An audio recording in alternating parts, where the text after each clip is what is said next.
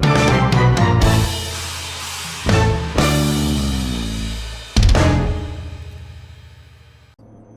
everybody, this is ChibiWisdom here.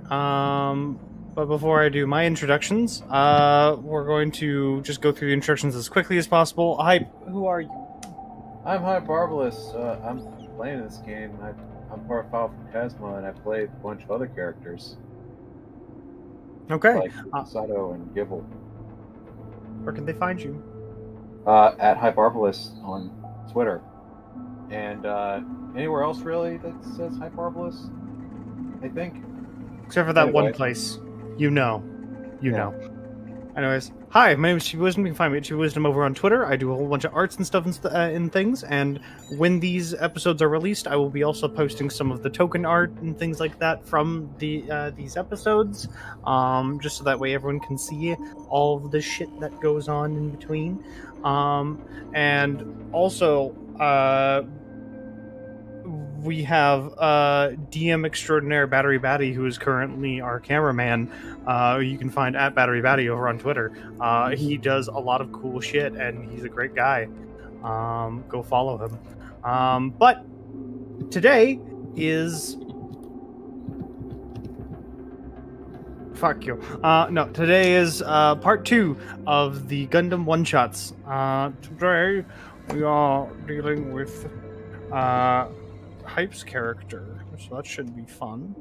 Let me go through my general narrations, but before I do that, for everyone a reminder that this is a heavily modified 5e to work within the Gundam UC timeline, but because the UC timeline is completely borked as far as any actual lore and information, I made up a lot of it. Oh man, did I make up a lot of it. Anyways. The year is 0093 Universal Century. Zeon remnants, Londo Bell, and the ever-vigilant Amuro Ray, fighting a battle that was brought upon not too long prior, and hopefully a war that can finally be put to rest, once and for all. Our story opens up in a low-lit room. Looks to be an office setting. That any and all lights that are present are the harsh but also gentle glow of monitors, the soft hum of electronics, and a large window along the farthest side of the room looks down upon a huge hangar where a Zaku 2 is present. Its mono eye gazing back through the window towards our protagonist. Xander Bellwind, would you like to describe yourself? Yes, Xander Bellwind, about a little under 6 foot, man, kind of a thin build, just staring at a computer screen, typing away, going through different codes and softwares of protocols, reports, incident reports, and just general cleanup of the unit, I guess. It's been about a good maybe 2 years that you've been working here. This job in particular has been lovingly named by the security detail as lever switchers.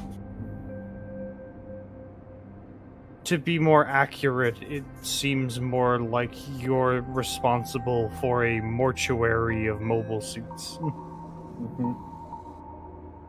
He does it all with a smile on his face, and his eyes somewhat closed. It's been a while, though, since you've had any real contact with people, at least people in your department. Due to the massive amount of work that you and your entire department work on here on Site 3, it's been difficult, to say the least. And slowly but surely, this office space, which used to house everyone in your department, now just houses you, and as I say that, a little Haro ball rolls up to your leg and taps it almost with a little bit of force to get your attention. Oh, Haru. The Haro ball bumps into you a little forcefully, and upon notice, the Haro ball pops up and produces what looks to be a small little tablet, and then just kind of almost like it's trying to force it into your hand, it kind of pushes it towards you. Yes, okay. Goes and reads what's on the tablet, picks it up. It looks to be a bunch of preliminary scans, a bunch of things that you've typically have looked over before. There are some key pieces of information here that do kind of strike your fancy a little bit. Can I get you to roll a Arcana check? Arcana for D&D, we're going to use that as tech, because Arcana is worthless in this scenario. Nothing too out of the ordinary stands out to you, but it does look like there are some traces of modification within the data of this Zaku 2. They added an old model. I wonder what that means. Do you want to press further in, or you're just going to kind of ignore it for now? No, I will examine it more closely. Okay. Looking through the files, you can definitely see that there are indeed signs of tampering, though what is being tampered at the current moment, you're not sure you can decipher. Perhaps just it sitting here on a tablet isn't all that beneficial. Yeah. Haru, make a copy, and we should go ahead for the let's go ahead and start examining this a little more closely. Haru kind of salutes you a little bit. He's like, "Haru!"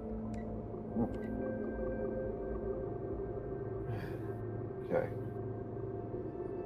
Guess I would go to any of the, provided processes on the computer now. A lot of the, for how long you've been here, a lot of the stuff that you have is mostly your stuff. So anything that you've done to these computers, you can say that you've just done them. Then I would just go for a more... Then I would pull up a, because I would obviously have a full, generalized scan of a Zaku, too, right? Yes. I'm just gonna roll a d20 to see if you have or not. Oh, you definitely have. You have several different Zaku 2 scans, all of which are slightly different versions depending on the time of the 1-year war.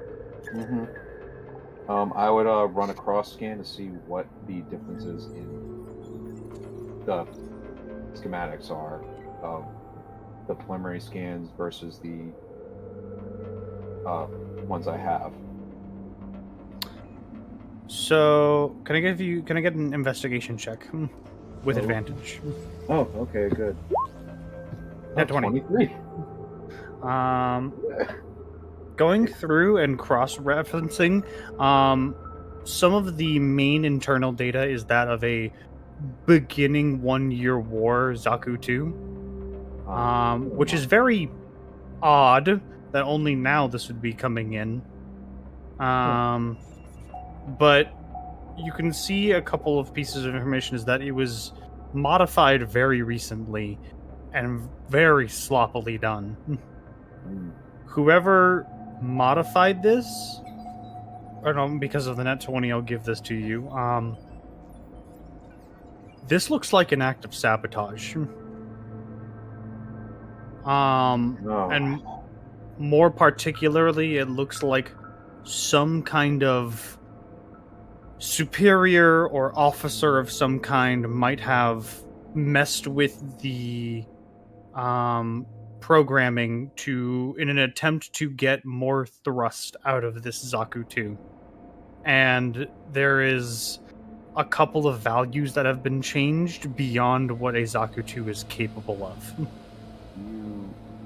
Whomever did this decided to overclock a mobile suit. Foolish. Okay, Haru, you know what? Let's take a copy of that as well, specifically as potential evidence and/or potential use later. See you.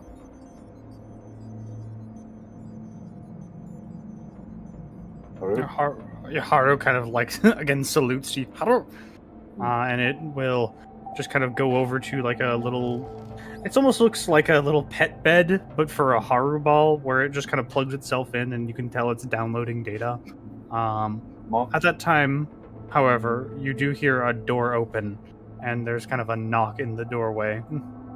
Oh, one moment. Haru, put that under exploits. Yes, come in. Am I intruding, or? No. And if you look over, you see this individual here. Oh, hello. You would know him as Zachary Henders. He is a colleague of yours and one of the chief engineers on this site. He's a bit squirrely. You haven't talked to him a whole lot, but from what you've heard from security, they don't like him too much because he doesn't follow protocol at all. Like at all. Chief Henders, correct? Just call me Zach. Okay, Zach. So, what you up to? Yes, well, just scanning, looking through some preliminary scans of the Zaku 2. Find anything interesting, or just looking? Looking, I'm gonna insight him. Is that okay? Yeah, go for it. Just to see intent. Oh. He's asking if you found anything interesting, but there's clearly another topic on his mind. He doesn't particularly care. Well, what would you like to talk about? So, is that obvious? Anyways, doesn't matter. Got a proposition for you, actually. See, there's a facility that's flying in a little bit, a couple hours, and I was running through all the different departments and wanted to see if anyone wanted to take a bit of a peek over. I got an invitation and there's a +1. Maybe if you've heard of this company, but they're making docks soon. We got a fancy little ship that also doubles as their research facility. Trihorn. Heard of them? God, have I heard of them? Yes. Okay. Ah, yes. They seem quite overzealous. I guess that's what to put it. I don't know. I think it might be a good change of pace, but yeah. I mean, it's obvious that they're probably trying to recruit scientists. I mean, new information is always helpful, and I find myself very overzealous as well. So yes, I will accompany you. But all right, sounds like a party then. Why are you asking me? Well, in between you and me, and he's kind of like just looking around the room and kind of like scratches at one of your pieces of equipment just to see what it is. Be careful. You're kind of one of the better people on this site right now. And not a whole lot of people talk to you. I figured probably you're looking for a good way to get out of here. And if it just so happens to give you more of what you want, it's not that big of a deal, right? Yeah. Yes. Oh, yes, I forgot. I forgot they kind of moved everyone out of here. Don't know why. Huh. Yeah, not sure why either. Alright. Just let this data transfer commence first. Yeah, no. Their facilities are going to be coming in a couple minutes. We got some time, though. I'm going to go grab a coffee. I'll see you in the break room, then. I'm gonna go grab... Okay. Give me one as well, if you don't mind. Sure. Thank you. He leaves. Okay. He leaves the door open, though.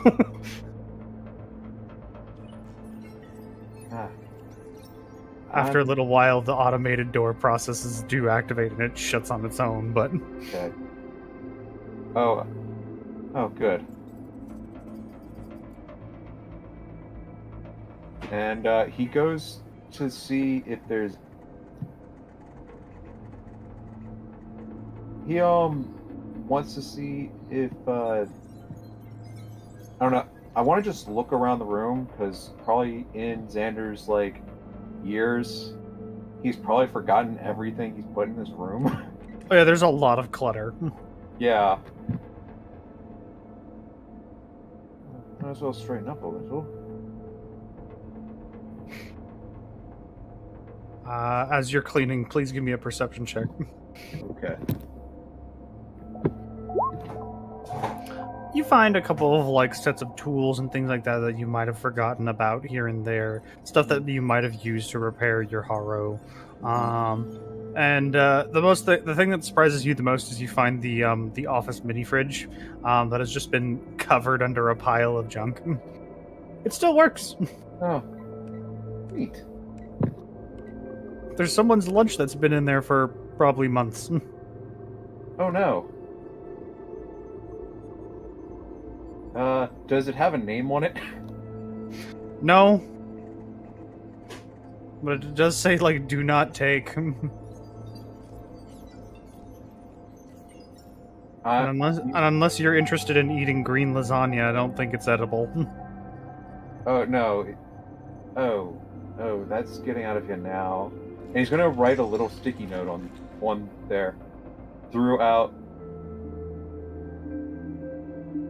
Sorry. And then throws the lasagna away. Don't want this crawling around.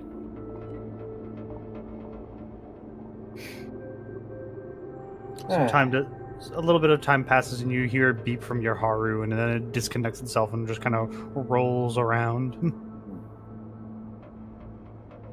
Thank you. So, guess I'll just have to wait and see if maybe just wait for the gentleman to come back. There is a bit of a pause of time before you find Mr. Henders returning with a cup of coffee. Just a nice, porcelain mug he hands you. It's hot, and guessing 2 sugars, right? Yes, that's more than fine. Cool. I'll take it, however, just as long as I get kind of thrive on this stuff. As soon as he drinks a bit of the coffee, His eyes like slowly open a little bit more. Cool. Wait, is it what actually? And he's gonna go and grab like a thumb drive, I guess. Mm-hmm. Like a spare empty thumb drive, and also Probably have a bunch of them. yeah, spare a couple of those, and let's just say I just grab a handful of them. How many do I get? Roll me like a d12. Okay.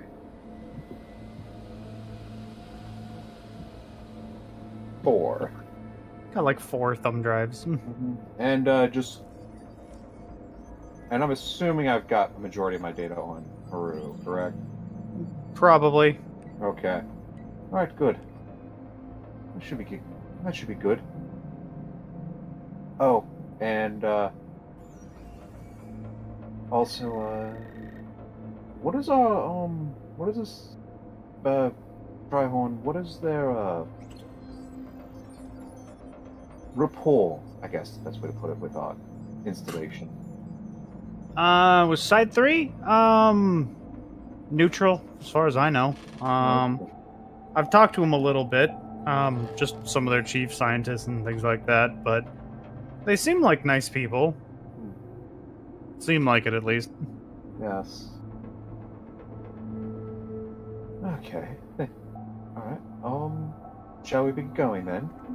Yeah, let's get the hell out of here.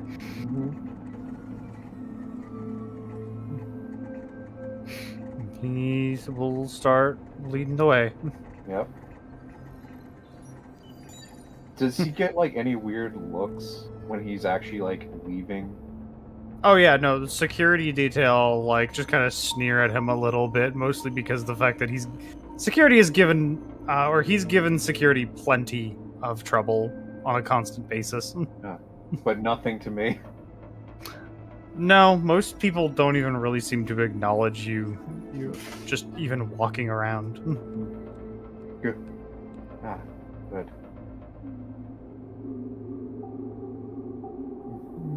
It's almost kind of weird, mostly because with Henders, they even if it's looks of disdain, it is acknowledgement. But for you, there's nothing.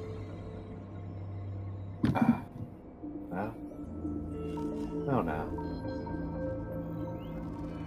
But leaving the main research facility, you do kind of come to a docking bay where it looks like the standard bay has been replaced with a bit of a crowd.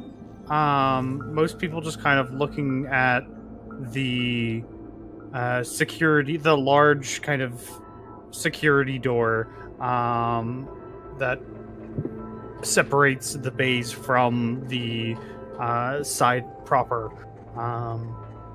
And there are a couple of security guards up in the front. They appear to be Trihorn specific security guards. And they're not letting anyone or any civilians through. But walking up, Zachary Henders kind of pushes through, kind of guiding you through this crowd. And he kind of digs through his pocket for a second and holds up what looks to be a sort of pass, like a badge of some sorts. And then puts it away almost as quickly as he shows it. The security guards do let you all pass, and the doors open up. Thank you, gentlemen. Thank you, goods. Gods? Sorry. They just nod. Henders kind of like gives you a bit of a awkward smile, like, all right then. So I've been a little bit in the lab a little too long. It's fine. Doesn't bother me. We need to meet up with security, or at least, from what I've been told, their chief of security. Wow. but you guys walk down this long corridor, which typically around these docking bays, any like ship corridors and things like that are usually quite dingy.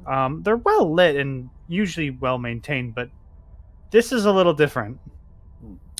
The walls, the floor, and the ceiling outside of the bright like LED luminescence are completely stark white to the point where your footsteps make prominent echoes. And as you exit this hallway, you come into a very large, kind of opulent looking waiting room with LED like chandeliers and a very nice marble desk that has the Trihorn logo printed directly on the front. Huh. Oh, I do have to bring up one thing. I do actually have Haru with me. Oh, of course, I figured. I'm making sure. Okay. So, I guess this is where we check in? He kind of starts looking around. I'm guessing they probably already know we're here.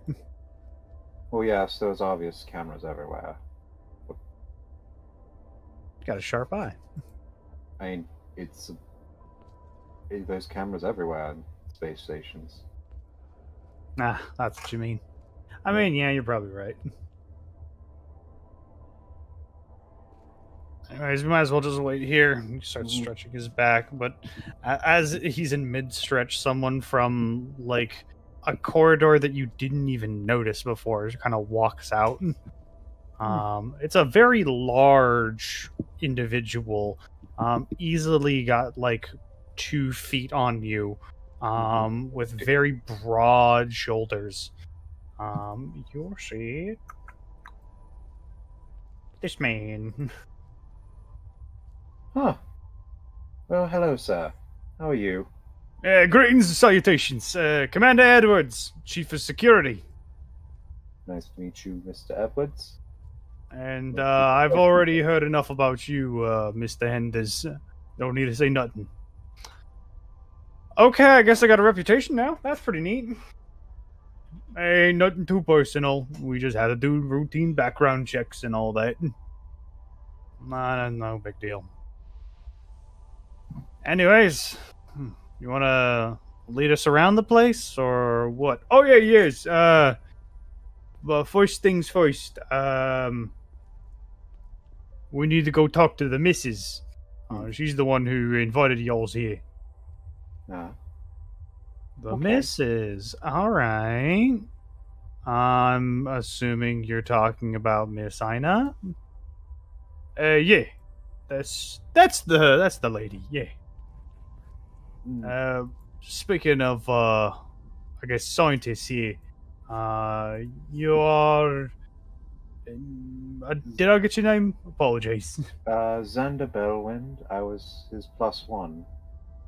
Oh, of course. Bellwind. He kind of, like, taps his forehead a little bit as if he's thinking. Yeah. I think I heard of you. You're the one who doesn't talk to no one, and his only friend is a Haru, right? Guilty as charged. I mean, I ain't got nothing against it. There's plenty of people who's got them mechanical friends and things like that, and it's totally normal, I think. Well, it's more if I get a bit of tunnel vision. Oh, of course. That means you're really good at your job, right? Yes, very good. And he kind of starts walking a little bit. Please, gentlemen, follow me. Okay. So, what brought you all here? I mean, guess just looking around, or maybe interested in joining up? I'm seeing what you people have to offer, and if all else, just general look around. Oh, course. Obviously, we can't show you everything, but... Yeah. Well, my main enjoyment is mobile suit designs. Oh, you one of those techies? Yes. You ever design anything yourself? No, but I've gone through a multitude of catalogs of designs. Even have to go through some I guess not so very chippa states of mobile suits. Ah. Alright, I think I guess you. Mm-hmm. Well, look, just because you're busy focusing on a bunch of, like, broken mobile suits doesn't mean you can't eventually down the line make your own, right? Yep. Well, it's honestly just seeing where they went wrong. Oh, that's important. Mm-hmm. Oh, right, I'm supposed to give you all the spiel. Gallahorn was founded several years after the 1-year war during the Titan Rebellion, and in that process used the technology that had been bestowed upon us to create some of the most high-tech, up-and-coming mobile suits outside of the control of the Zeon forces and the Earth Federation. Our our biggest achievement, what was it? The co-op drive, which allows mobile suit pilots to work double as efficient as if there was a second person in the cockpit. Yes, I've read some stuff about that. We keep a lot of the secrets of how it works all tight-lipped, but we also make sure, as independent workers on the mobile suit front, that all of our products are within affordable standards and ethical practices. Yes. Many NDA, I get it. We believe that, unlike the Earth Federation, who uses their research in order to create more and more dangerous weapons, we intend to make fewer mobile suits, but with the intention of protecting all of humanity. It's a bit of a spiel, I know. It's fine. Hey, you've got to do your job. Yes, you got to do it. Anyways, we should be heading up to the offices right now. After that, I suppose I can bid y'all adieu. And he goes up to... Still, you've been going down a relatively stark white hallway, and you come up to an area where there's only, like, a vague outline of where a door would be, and he kind of puts in to the side a code where you didn't even know there was a number pad there, to be precise. And the door kind of pushes... Is there any way... Is he trying to hide it?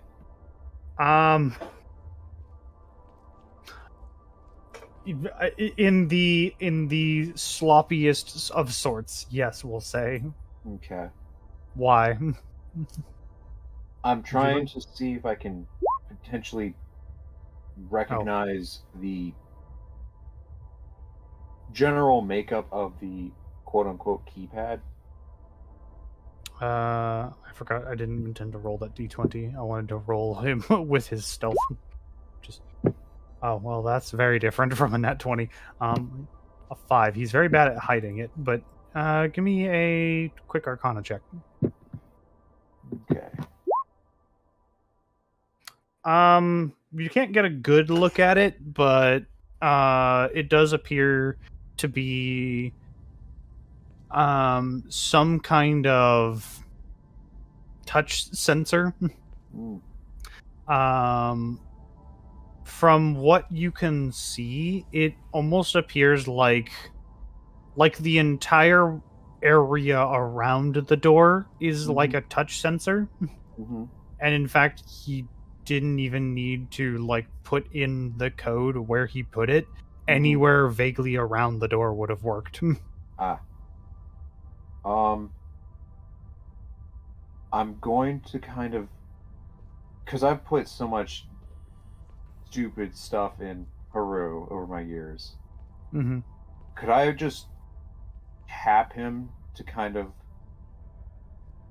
like in a sequence to where it's basically search up, like to try and find out a general, the general like schematics of something like that. Kind of tapping your horror a little bit. You just hear a verbal response. Roger, Roger. And then it kind of hums a little bit to itself, as if you can tell that it's processing. Mm-hmm. But the door does open, and the Commander Edwards kind of looks to you all and goes, "Please step inside. Afterwards, I guess good luck with whatever conversations you're on. I will leave you the tour, and hope you all have a wonderful. Yeah, have a good day." You too, sir. You've been a real treat. There was supposed to be a slogan, and I forgot it, and I feel bad. And he just starts walking off. Oh, I thought he did a good job. Henders kind of peeks his head in, and you notice that there is someone in the room present, but they don't appear to be wearing a lab coat, nor do they really look like a researcher of sorts. You see a fairly broad-shouldered individual, not particularly tall, but also not like short, pretty average in height. You see this man. He looks like a pilot, to be more precise, mostly due to wearing what looks to be a pilot uniform, and general demeanor, as he has like both of his feet propped up on a chair while sitting in another chair. Arms behind his back and just kind of looking up at the ceiling before you guys come in. Oh, hey, how's it going? Hello, sir. New faces? New docs? Yet to be determined. All right, that sounds pretty cool. Just taking a tour of the place, or just what? Taking a tour, trying to see what's going on. Oh, so you're here to see the missus, yeah? I guess. She's out on a test run right now, I think. But she should be back. Yeah, she's Aina Chopra, the lead research, and also we don't got a lot of people around here, so she does kind of help out with testing out any of the mobile suits. Currently she should be running around in Horus. Ooh, that's quite a lovely name. Give me a history check. Okay.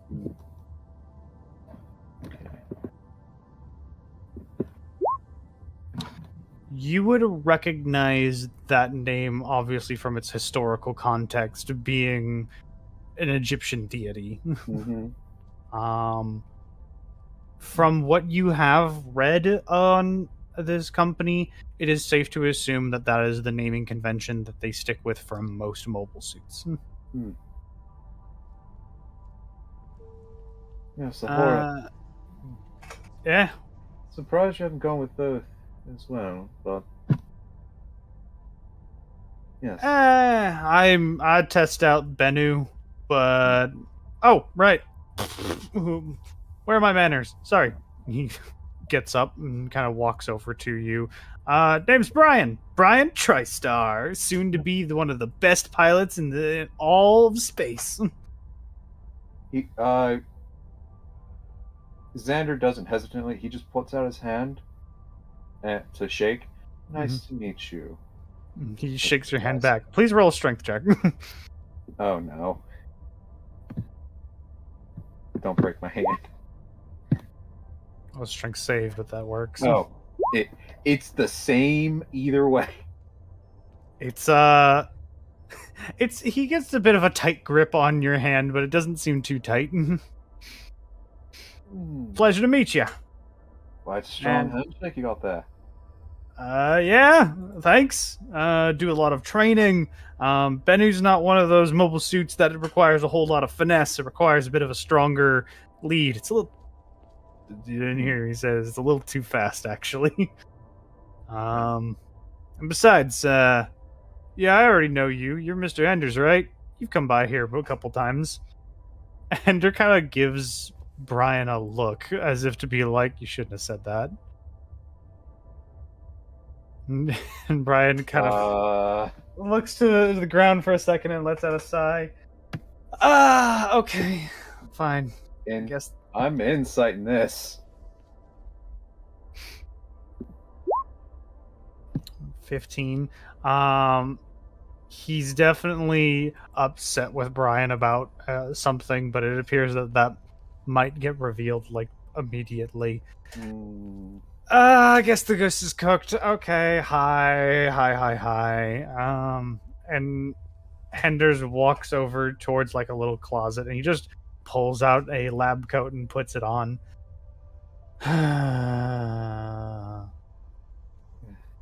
Okay, yeah, no, hi. I do kind of work here.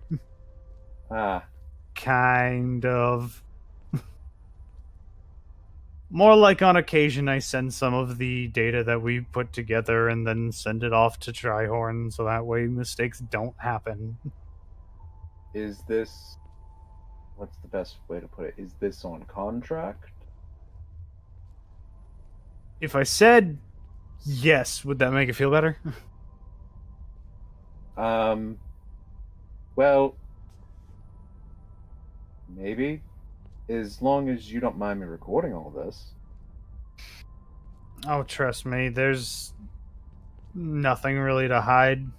Obviously, we got stuff that we should be hiding, but if I'm going to be honest, if there's anything involving your Haru with recording or anything like that, you can understand that obviously certain things will probably ask you not to record or say.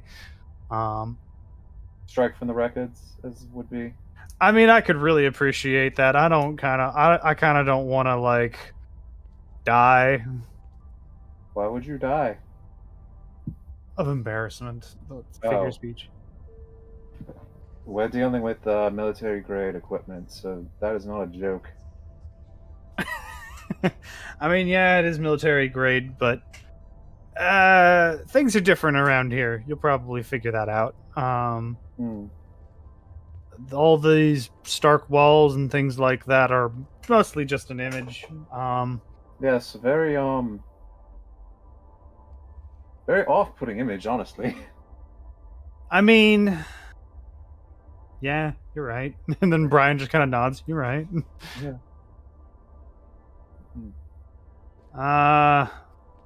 Brian looks at his watch for a second and goes, well, it sounds like you all have some things going on, but I know more than likely this isn't supposed to happen, but guess who has Mrs. Chambra's pass? And I think she's coming in soon. Who wants to go meet her on the dock bay? Sure. That sounds fun, I guess. And, I mean, as long as Edwards doesn't find us, it shouldn't be an issue. Yes. Oh, and as we're walking away, oh, yes, and my friend, I would like to ask, do you actually have any way of knowing of the Horus's base plans? Who are you asking that to? I assume TriStar walked away. Yeah, he kind of walked through the door a little. Yeah, and I was asking the gentleman next to me. Henders, yeah. Yes. He kind of puts his hands in his pocket and kind of looks like he's mulling it over a little bit. I mean, there's a place where I think that they store most of the data in plans, but I obviously can't let you just have those. Okay, that's fair. Who knows? Maybe if you get all a little sweet with Miss Chopro, she might just hand him over to you. You know what I'm saying? Yeah. Yes. This is okay. I'm gonna be real honest. I'm getting a very bad feeling about all of this. Oh, don't worry about it. I mean, okay, I guess it's time to be kind of honest here. The intention was to see if you'd be a good fit for Trihorn, and then, who knows, maybe you could have gotten a new job, or we could set you up with something. And at the same time, I was planning on quitting from my job and joining up here anyways. Ah, yes, and you are just trying to save me from a sinking ship, correct? Yeah, sounds about right. Then I very much appreciate it. You can always just be honest. It's hard to be honest when you're At least around with me. those sec guys. At least with me. I can appreciate that. Yes. You know, I like guys who can just talk what needs to get talked about, and talk shop and get things done. Yes. A whole lot of bureaucracy going on with Earthfed, and honestly, I don't feel like joining a bunch of fascists. Well, that's kind of every faction at a certain point, isn't it? Yeah, at least from what I can gather, Trihorn's at least trying to do something good. Trying. Yeah. Is that the try and Trihorn? No, apparently, get this, and as he just kind of starts walking out, the try and Trihorn is a reference to the fact that it took 3 different attempts in order to actually start the company. I mean, hey, any land you can walk away from is a successful landing. Amen to that, man. No, apparently they originally wanted to join up with Earth Federation, and because Anaheim had a higher bid, it didn't work out. And then the second attempt, they tried to stand commercially available, and that also got shut down by Anaheim. So then they privatized, and here we are. Ah. Fair enough. So apparently, and this is what is interesting here, we're not, I say we, Trihorn is not looking for the cheapest mobile suit on the block. They're looking for one of the best mobile suits on the block. Ah. Constant innovation. Innovation. They should also have regression as well, since older methods might actually work better than newer ones. That's been the issue. And that's why I'm here with all of that juicy information from what we've acquired over the last couple of years. It's beneficial to know what works, what doesn't, as opposed to just trying something new from the get-go. Ah, yes. Anyway. Besides, if it's between you and me, I'm kind of interested in that co-op drive. It is interesting. I will give you that. I'm also worried what it can do. I just want to know how it works. Yeah. So, shall we go meet the lady of the house? That sounds about right. She's probably going to sock me a couple times, but it should be fine. As you're kind of talking, you can see Brian ahead of you down the hallway. He's kind of turned around and he's walking backwards. You two are slow! I thought scientists were supposed to be a lot better at, like, moving and running. What made you have that idea? I mean, if there's ever a gun that gets shot off, it's usually the researchers that are the first to flee. Yes, because we're non-combatants. Doesn't mean you can't be a combat researcher, just saying. Yes, I know. All right, let's go. I think for someone that said the mobile suit was too fast for him, he sure is quite pushy. He's a good kid. Yeah. You move down the hallway, and after kind of moving a little, like, left and right here and there, the appearance of these hallways changes a lot more dramatically into something not as opulent and flashy, but definitely a lot more, what would we call it? Lived in? Utilitarian. Oh. Everything, the walls become a lot more plain, they become a lot more simple, and yeah, there is a little bit more of stuff kind of about. Yeah. There is signs though that insinuate that some combat has happened on board. Hmm. Should we be worried about this? mm, Points to like a random, I guess, scuff mark that looks like a gunshot. well, looks like it probably had been dealt with, so I guess it's not really an issue. Oh, how often do you guys get attacked? If you're referring to Henders, he kind of looks around and goes, I don't know. I haven't been here all that I often. guess I'm talking to TriStar. Brian kind of looks over to you and he goes, I mean, just like a couple weeks ago we got attacked, but it usually doesn't happen all that often. But it's fine. Who attacked you?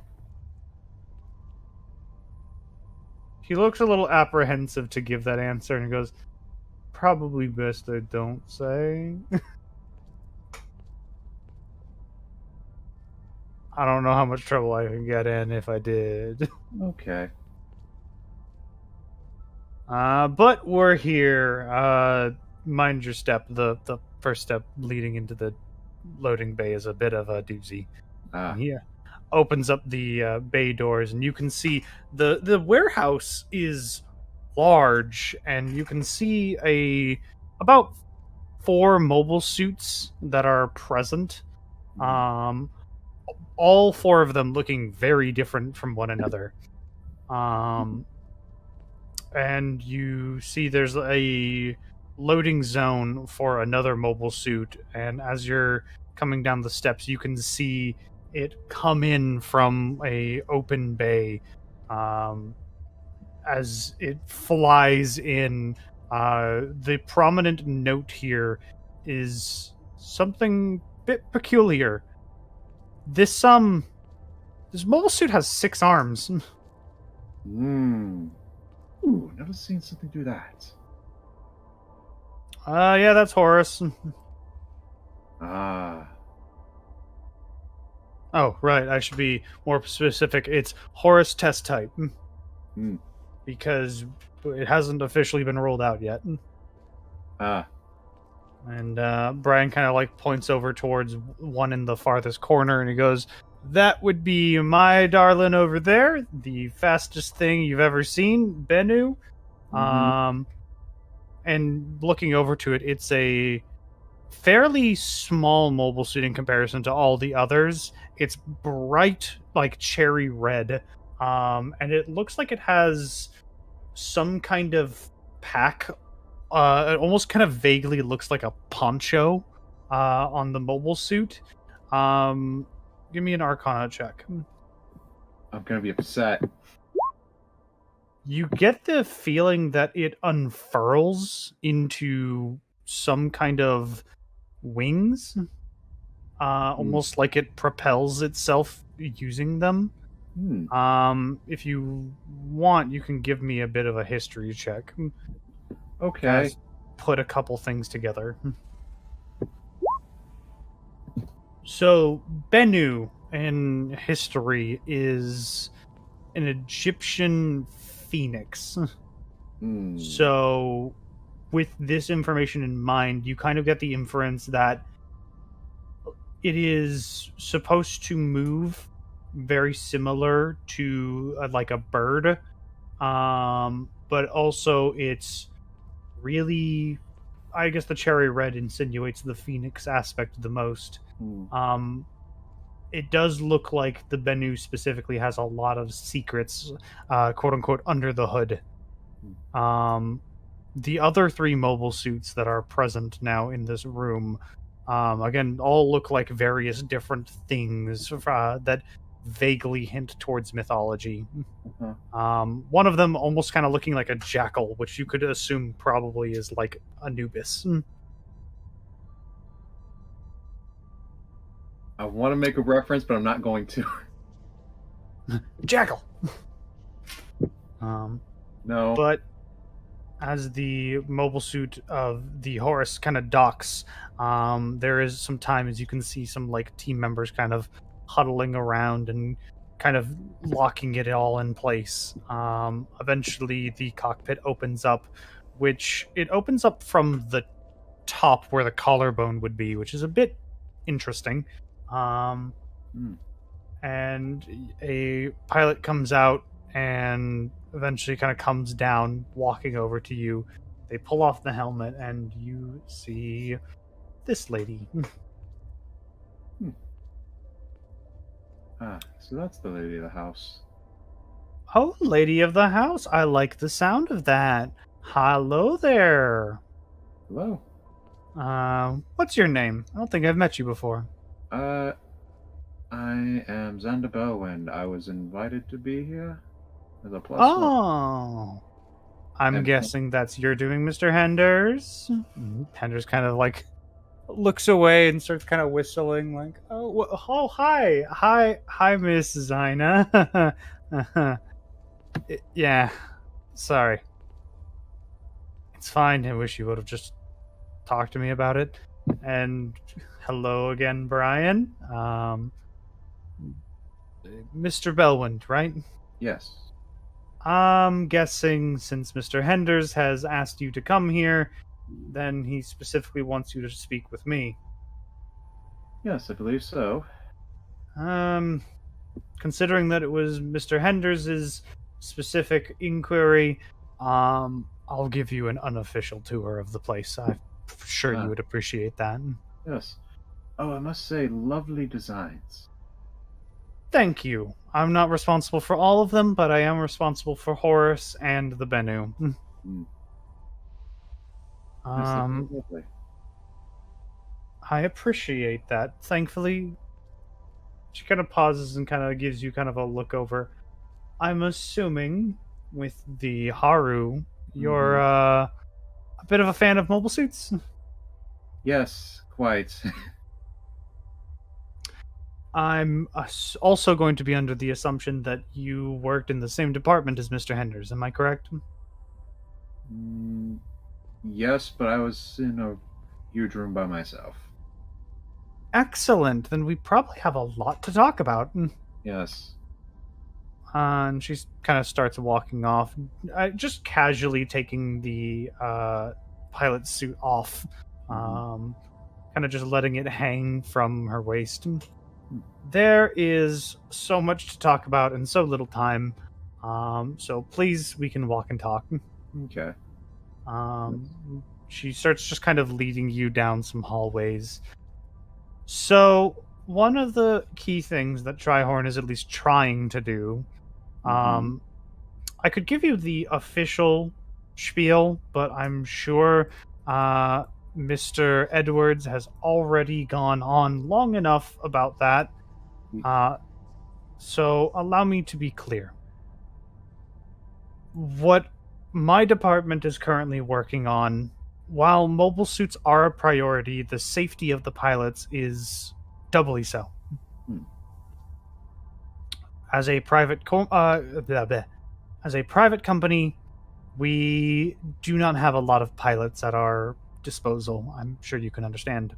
Yes, with Anaheim being very restrictive on certain things. Indeed, restrictive is an understatement. What we intend to do is with the information that both Mr. Henders and you could potentially provide. We want to make sure that, unlike Federation mobile suit pilots, we want ours to come back from the battlefield. That is a noble goal. I'm glad that you can appreciate that. Yes. Recently, there have been some difficulties, as I'm sure you might have noticed. To Yes. be more precise, she kind of looks over at Brian and then kind of like puts a finger up to her mouth as if to be like, just don't talk about this. Recently, our Galahorn facility, or Trihorn facility, my apologies. Galahorn, I'm immediately thinking like iron-blooded orphans. I'm sorry.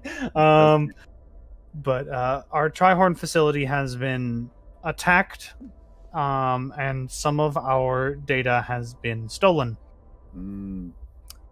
The culprit in question, I figure you might have a guess, so I would like to hear your thoughts. Who might be responsible first? Well, for one, well, actually, I just got some very interesting data on a Zaku 2.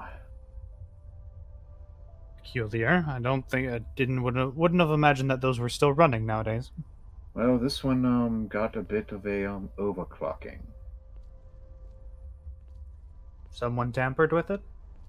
Yes. If you don't mind, he'll just say, Haru, just please load up the modifications done to the preliminary scans of the Zaku 2 done earlier today. Oh, your little Haru is almost like an assistant. That is fascinating, actually. Yes. I'd love to hear more, actually, if we have a time. Yes. Well, and he'll just show her, like, turn Haru to her and just show it, like, open up the lid. Huh. Well, whoever tampered with it did a poor job. Yes, so... That might be what did it, actually. Yes.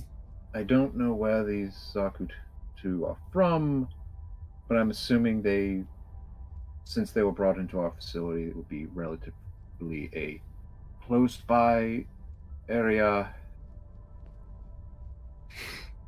Federation, or potentially straight from the source, Anaheim? Possibly. These are all preliminary scans.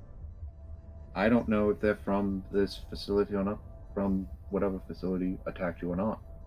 Well, I can safely inform you that Trihorn does not have any Federation or Anaheim mobile suits stocked on our station. However, I can inform you that the ones who are responsible for the raid were definitely not Zeonic forces. We don't have a definitive finger to point, but if this was my personal opinion and not the opinion of Trihorn, then I would like to inform you that I'm pretty sure it was Anaheim that was responsible. Yes. I don't have evidence, as I've been informed to just continue my duties without having to snoop around and leaving it to Commander Edwards to do something. But that's just my personal opinion. This is all very fascinating information, actually.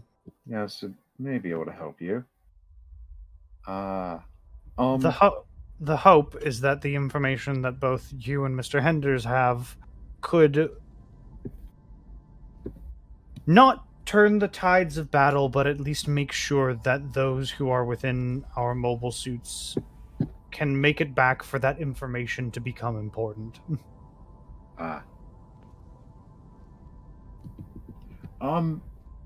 Also, just a question on the Bennu. Why red? She chuckles a little bit to herself. Mr. TriStar is a bit of a fan of cherry red, actually. It's a phoenix. It kind of has to be red, right? Yes, but aren't you worried about being associated with a specific A one Char Aznable. Yes. In truth, that does pique my worry on a consistent basis. However, and Brian cuts in, however, the Bennu is so fast that it couldn't even be recognized as the comet, because no one can even see it. That's a bit of a, actually, understatement. The Bennu... You might have noticed that it has what looks like a poncho. Yes.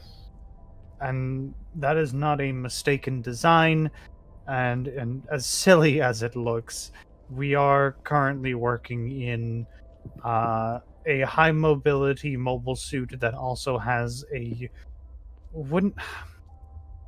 I wouldn't use the terms outside of a space like this lightly, but we could call it a cloaking field of sorts.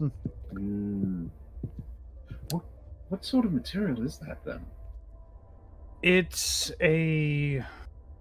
I could go into the specifics for all day, but unfortunately we don't have all day. Needless to say, it doesn't hide the mobile suit, but it obscures it to a point where the eye or the sensors of other mobile suits are not likely to view it. It's still visible on radar, don't get me wrong, but visually to sensors, it's practically invisible.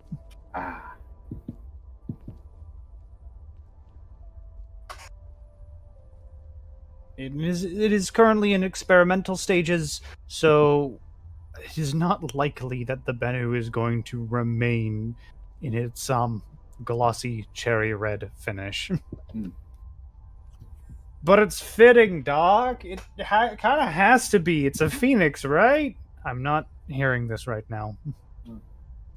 Anyways, we're here. I'm sure the two of you are most interested in the co-op drive, correct? Yes, I guess. Well, I hate to disappoint you, but we do actually have no co-op drives aboard our station. I was more interested in the designs of these suits. Well, then you're in luck, because that's kind of what I wanted to show you. Lovely. And she opens up a door which kind of leads into sort of a server room. So we can't access the main servers, but I do have a code that at least will let me pull up a couple of the data entries. Nothing top secret, of course, but I can at least show you what we're talking about here today. And she goes over towards like a desk and pulls up some schematics and blueprints. They are intensive, to say the least. What isn't stricken through is very detailed. It's kind of... Give me an Arcana check really quick. Okay. It's almost a bit much even for yourself. My goodness. Like, the term over-designed is an understatement here. You do truly care about your work. We care about our workers as much as we care about our work. That is fair. There is failsafe upon failsafe upon failsafe for all of these mobile suits in the hopes that when something goes wrong, it doesn't stay wrong the whole time. And with the increased demand of the co-op drive, it would... The difficulty lies with this simple inquiry. When you're a private company who makes something that is actually incredibly beneficial to not only a mobile suit pilot, but the mobile suit in question, you can guess that there are several companies who would like to gain access to that product. Yes. You could also Simply- assume that there are some companies who would like to have access to that product and also the information on how to reproduce it. Please do. I do need to ask. You do encrypt your design, like your design code, while in use, correct? So, okay.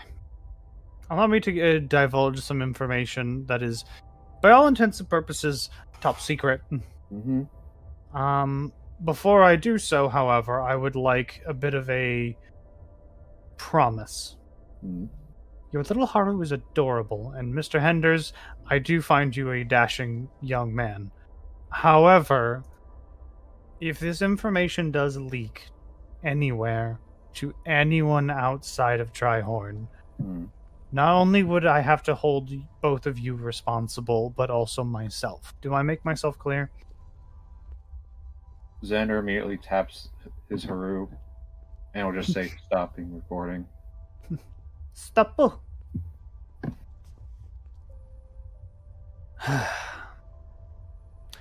The co-op drive typically does not function outside of a mobile suit.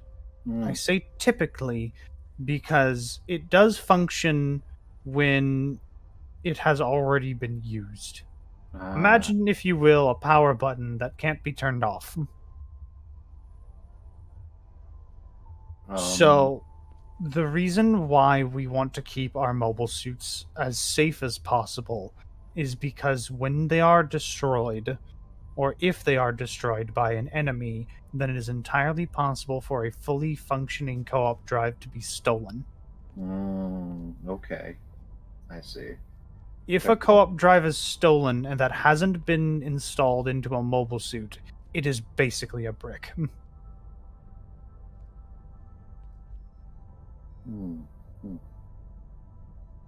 Now, you might be curious as to why that is. The answer lies within the pilot. You see, the co-op drive functions in a way to simulate a secondary pilot within the mobile suit. How that works is by copying the functions it copies the brain patterns of the pilot in order to create an identical copy. Essentially allowing two versions of the same pilot to exist within the mobile suit. That's fascinating, but that could also go highly, highly wrong. We have put many a failsafe on it. The secondary copy of the pilot technically is not conscious, nor does it have any free thought nor will. It is purely, imagine, if you will, a super active computer. It just so happens that computer is pre-programmed to act like the pilot in question. Okay. It can move, it can maneuver, and it can make decisions similar to the pilot, but at the same time, with the computer programming put into it, it can operate outside and above what the pilot in question was capable of. Okay. We could theoretically turn every pilot into an ace pilot. I do have one recommendation / question. Yes. Are you able to have it to where you can wipe the combat data from it?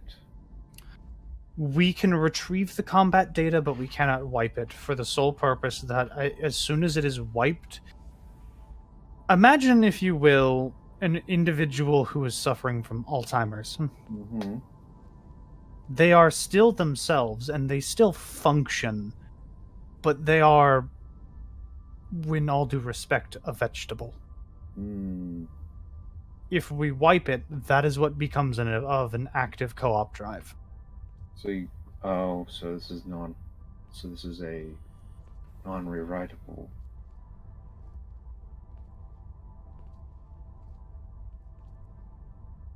This is one of the reasons why we're not concerned particularly if a non-active co-op drive is stolen or damaged in any way, but it is very devastating if one is stolen. Then I would definitely put some encryption on that then, of its actual thought patterns, so then nothing can really do anything without a key. We are making preliminary cautions for that, but the hope is, with both you, Mr. Bellwind, and Mr. Henders' assistance, that won't be necessary. Ah. Okay. I know that this is a lot of information and it's a lot to take in. However, I do genuinely believe that we are trying to do some good here, and I hope you can at least consider joining us on that journey. Alright. Ma'am, I will say this. I believe you are doing good here. I believe everyone on the ship is doing good here.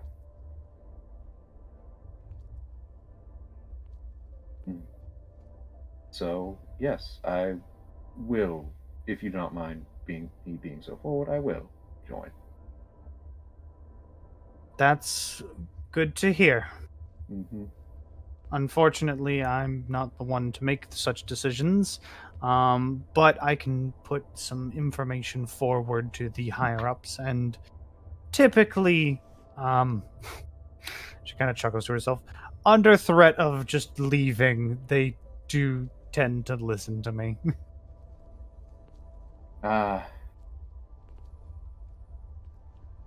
Good. As you're kind of sitting there, there is a knock at the door before it opens up, and you do see Chief Edwards there. Hello again. Hey, that's where you always Mr. Belwyn, you mind if I have a chat with you? Insight.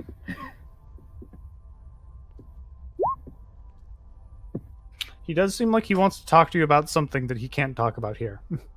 Okay. Fine. We'll all wait here while you talk to Mr. Edwards. Yeah. Still very lovely talking to you, madam. It's been a pleasure, and I do hope at some point we can talk about your Haru here. Yes. It seems quite capable. Yes. Also moves things around without me asking. Sounds like a proper assistant, then. Yes. I'm guessing you Walks go out. Edwards kind of like closes the door, and he kind of like puts an arm kind of around your shoulder to kind of like huddle in with you, and kind of takes a couple steps away from the door. Now, I know this is. I'm just going to ask a pretty forward. What are your thoughts on this place? Seems like you all are very well intentioned. Hopefully your higher ups are more amicable and not as Anaheim is. Have we ever thought that maybe it's a little too nice? Yes. I've seen the scuff marks on the walls. Yeah. But you know what's so even weirder is that there's no blood. Because they probably have a very good cleaning protocol. If there was a good cleaning protocol, I would know about it, and I don't. Huh. So we're in trouble right now, is what you're saying? I'm saying, and this is just between you and me, I don't think whoever got on board left. Now, I'm gonna completely level with you here, Mr. Bellwind. Mm-hmm. You're civvy, and this ain't your company, right? No. I'm gonna have to ask you to make a bit of a choice here. Because I don't know exactly what's going on here, and a lot of people are acting kind of strange. You can, yeah, you can help me, and we can get you going home where you need to be, or you can go and off and do your own thing. Okay, let me ask, what kind of other strange things have you seen? Well, this is between you and me, obviously, but there's definitely something going on there with them co-op drives. I don't know what she told you, but there's definitely a couple on board. I have no way of getting to them because I don't have the proper clarifications for it.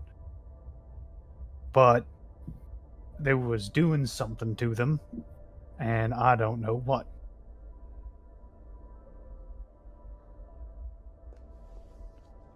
Now I have a couple buddies who could probably take a look at them. I'm not one of them techies. But obviously I'm guessing you kind of want your hands cleared of all this, yeah? Clear of Trihorn or clear? Clear of anything. Well, I'm not going to be clear of anything because they already have me on recorded footage. What if that wasn't an issue? They already know where I am. I can head into the security rooms and we can wipe everything and you can be on your way out the door and as if you didn't even exist.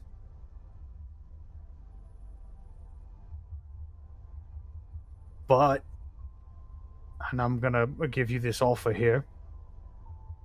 If you can get me into one of those research rooms and we can grab ourselves a co-op drive, there's a pretty penny in it for you, and then I can help you get out of here as quickly as possible. How's that sound? Who do you work for? Give me a quick perception check.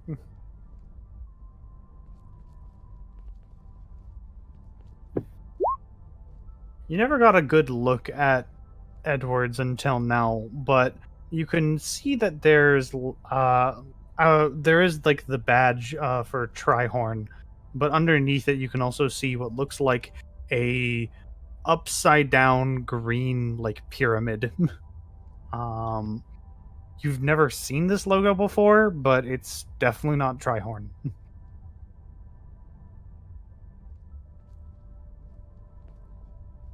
That ain't important information. The fact of the matter is, yes, it is, because I'm dealing with basically corporate espionage right now. It's only corporate espionage if you want it to be. And I'm trying to keep it low just so that I don't...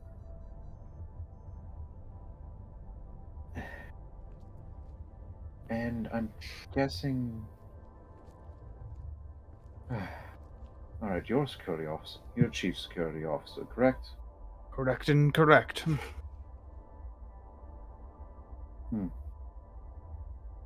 Do you mind if I see your terminal then?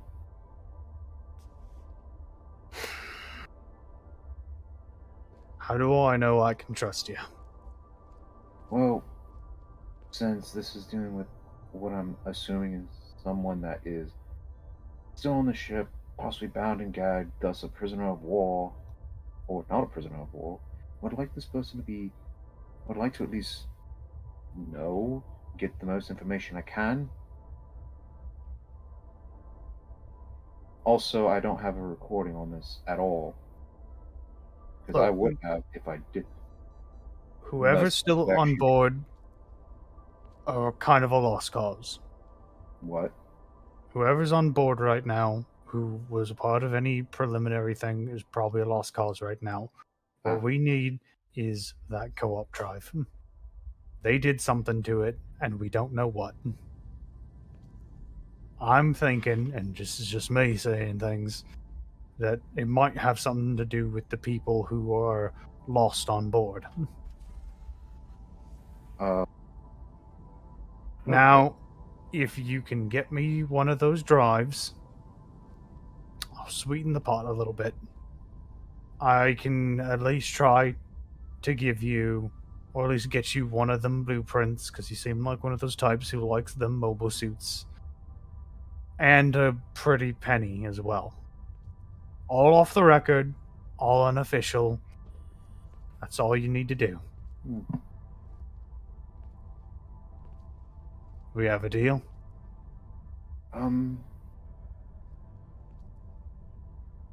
Again, I'm gonna need you. Unless you can tell me who you work for, I actually can't help you.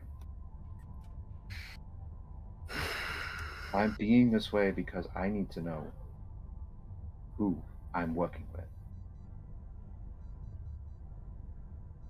Already lost a home once. I don't want to lose it again. He kind of like looks back and forth a little bit and kind of stretches his neck to kind of crane around a corner. He looks back at you and kind of leans down.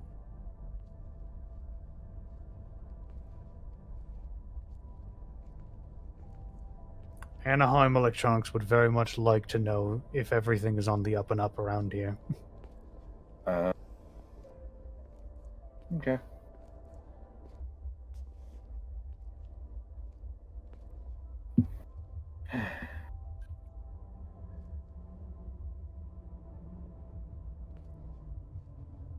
I can get you something. It won't be much, because I plan on working for these people, but it won't be much. So I also want to see what these are about. Now get me to your terminal. Please. All right, then. Please follow me. Mm-hmm.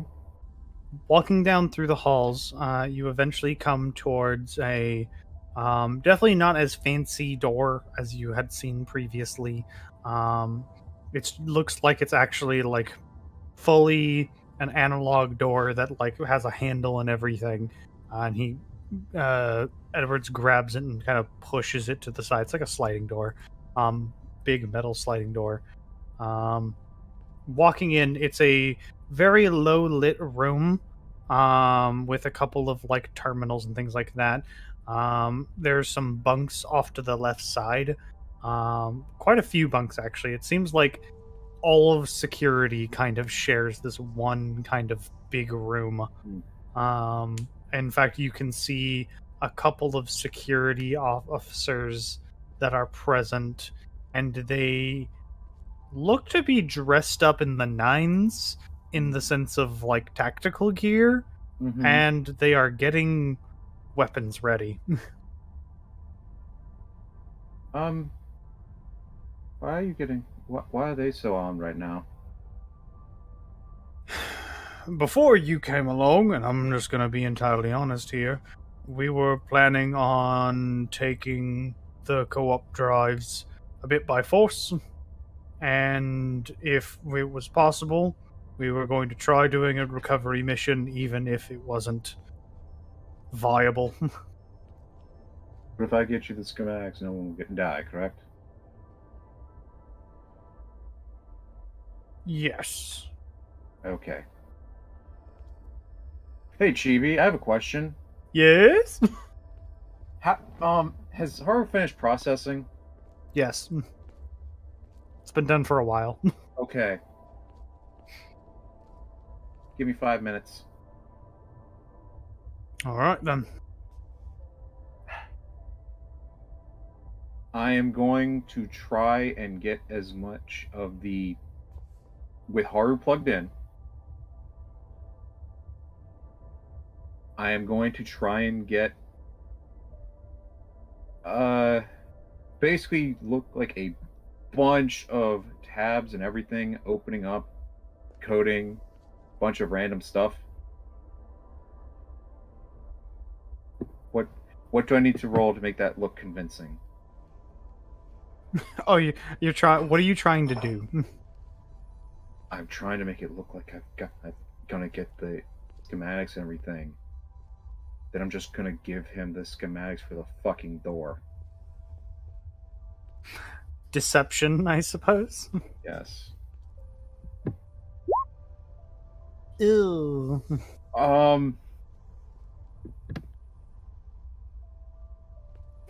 1 second.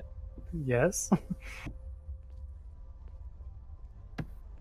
Do you have something for this in particular?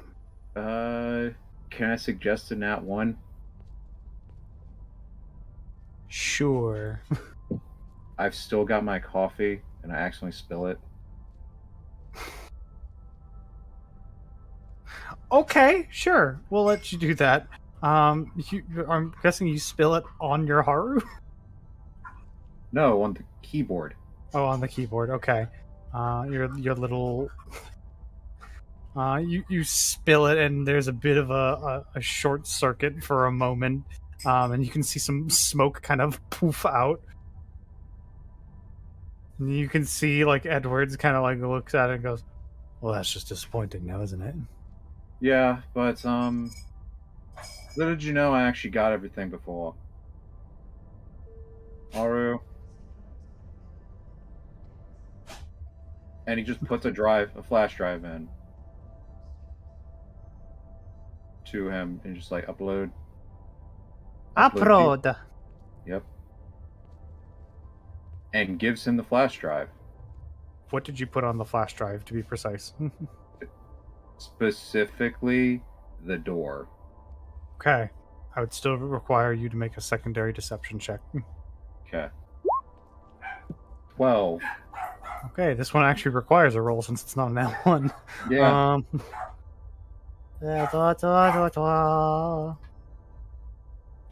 Oh, shoot. You know what? Here, I'm going to do a thing.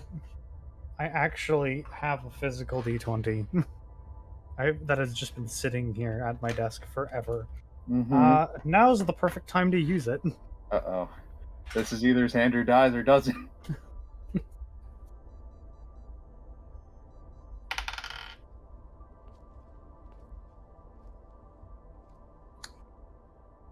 Okay, then.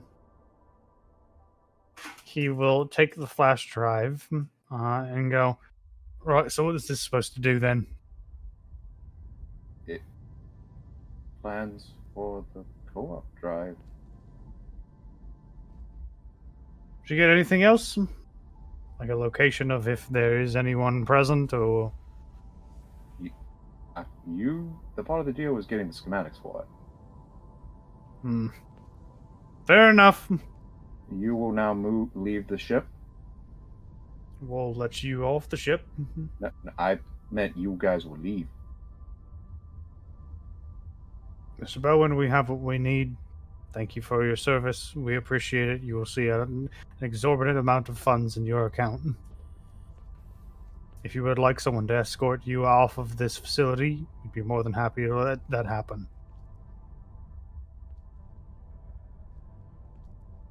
Can I at least say goodbye to them?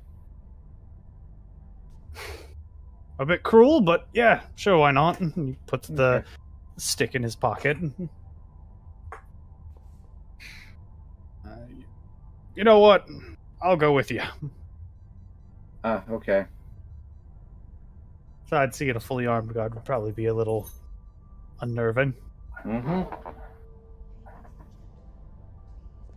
And besides, they're probably expecting you still, right? Yes. Be quite rude. Well, Quite rude indeed. he kind of opens the door for you again to leave. Mm-hmm. He kind of starts walking with you back. He's kind of just behind you, though. Mm-hmm.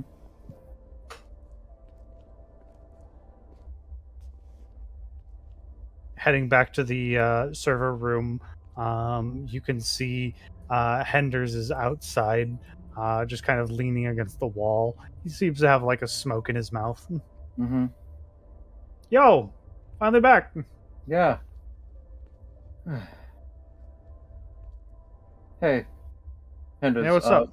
Why don't we go say goodbye to the lady of the house real quick? Planning on leaving already? Yes. All right. How can I show I'm in duress without showing I'm in duress? I would say give me like a persuasion check. Like non-verbal duress. Yes. Can I use Haru to like in a weird way of like showing like beeping eyes? You could, but I think that would increase the DC, oddly enough. Fair enough. 13. Okay, let's see if Mr. Hunders can figure out what you're doing. He rolled a 14. Thank God he can actually understand. Because that was like a DC a DC 12. Mm-hmm. But he kind of looks at you for a second and goes, I mean, yeah, I guess we can. Yeah. Okay. Mr. Edwards, thank you for bringing him back. Edwards kind of goes, Ghosts! Edwards kind of like goes inside and kind of gives Edwards kind of an eye, like, okay. This is all very strange. Weird question. How many people did I see? How many people? Like guards? Yeah, how many of obvious, like, Yeah, how many bad guys? How many bad guys? Easily like 12. Not counting Edwards. Okay. So you head in, the kind of door shuts behind you. And kind of Hender's kind of with his hands in his pocket kind of looks around, then looks over at you and goes, am I supposed to like do something or is Edwards here? Edwards is outside. Outside the door closed? Yes. Okay. Mr. Bellwind, is everything all right? Your chief of security is let's say not playing for the right team.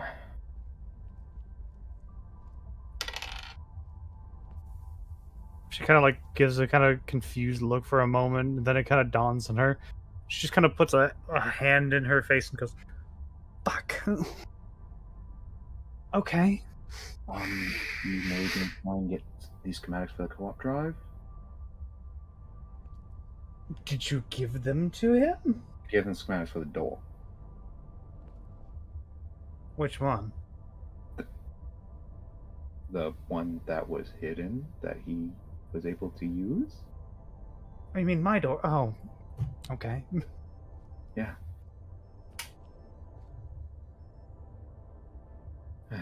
We have very little time then.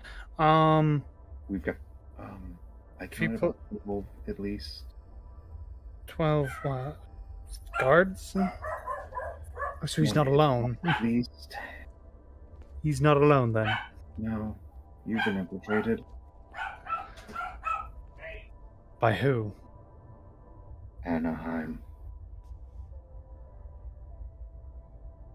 Brian kind of gives a weird smirk and kind of looks over at Miss Chopra, and she kind of just digs her hands through her hair for a second and goes, I hate being right sometimes.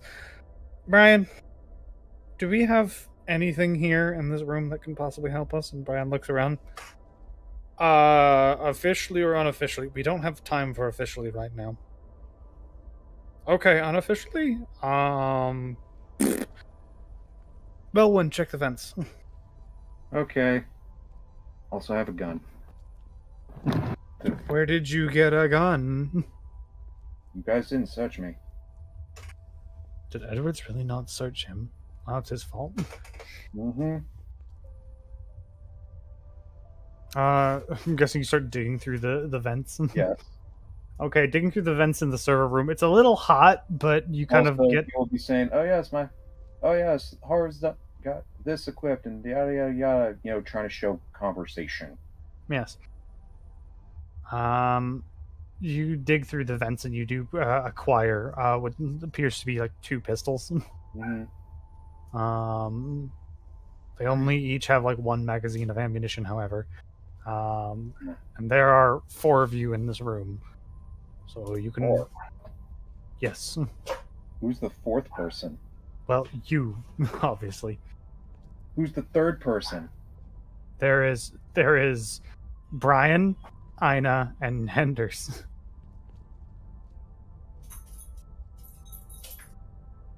Oh.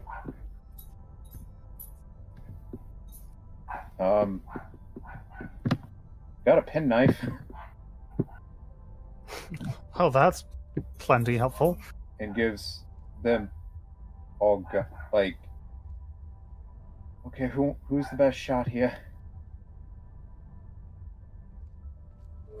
Brian kind of like holds up a hand and goes, I have some training, I guess. Yes. More with mobile suits than actual fighting. Actually, But my plan was actually for us to fight our way to a mobile suit.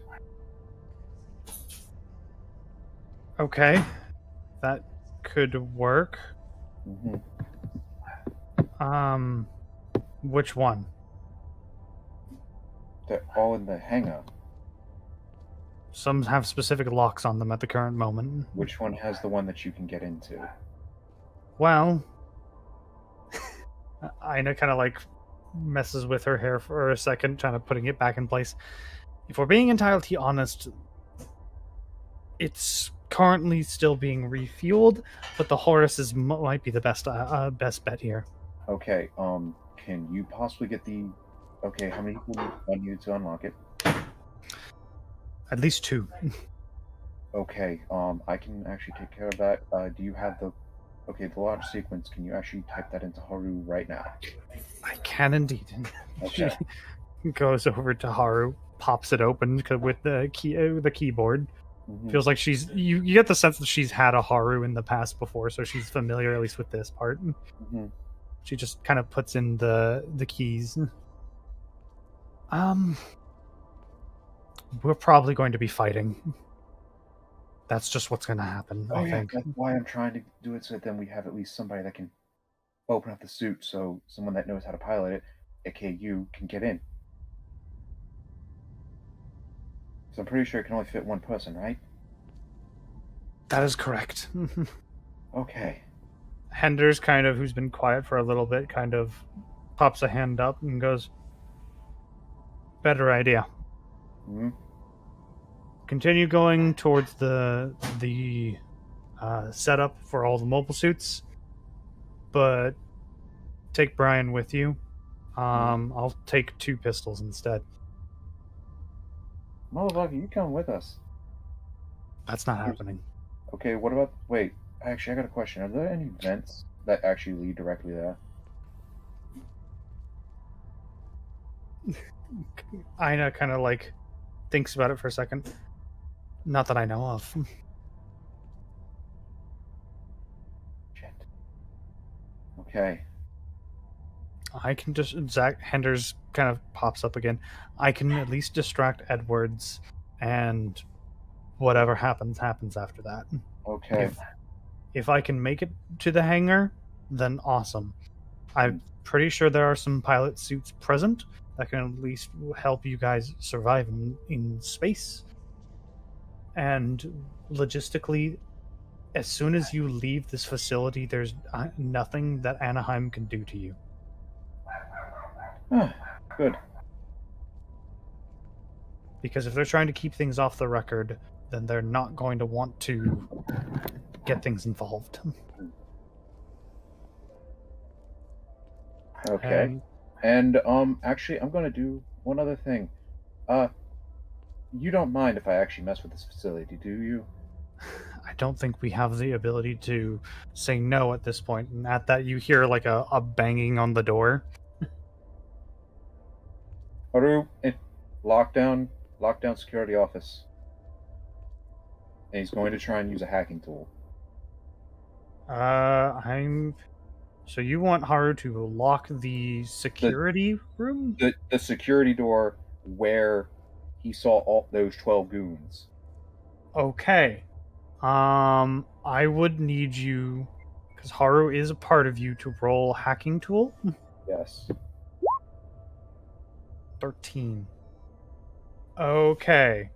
Versus the facility's own tech. I would say, considering it was a low-grade door, I will say that that does lock down. However, I'm going to roll a d6 for how many guards still got through. Only one. Congrats. Sweet. But it does not change that there is banging at the door. Oh, okay. No, I'm just gonna open the door. Hello. You see Done Edwards. You see Edwards kind of there, looking a little impatient. Yes. We should probably be going now, Mr. Belwyn. Yes. We should. Come on, everyone.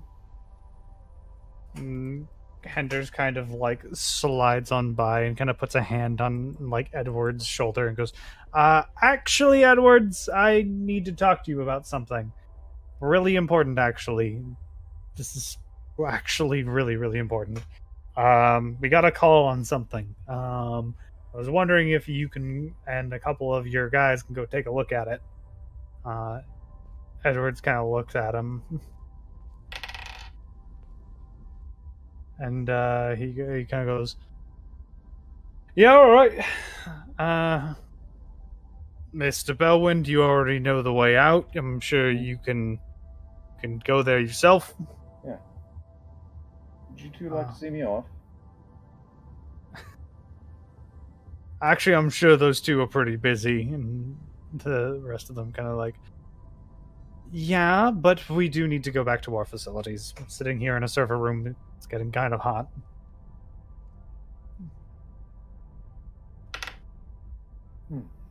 Doesn't look like it's all that hot to me, but No, I mean, generally how server rooms are, there's a lane for cold and hot, and you don't want to obstruct the cold flow. All right, if you say so, Miss Chopra, Brian. They kind of like walk by while Henders is kind of talking to Edwards a little bit. You see, there's something going on over in the East Bay that we've found out. It looks like some of the software has been messed with and something has gone on. You kind of passed by, I'm guessing. We're, yeah, I guess we'll go straight to the mobile suit. Mm-hmm. The mobile suit hangar bay. Yeah. You head over there quickly, and that is the moment where when you are going towards this hangar bay, the whole hallways appear a lot brighter than you remember.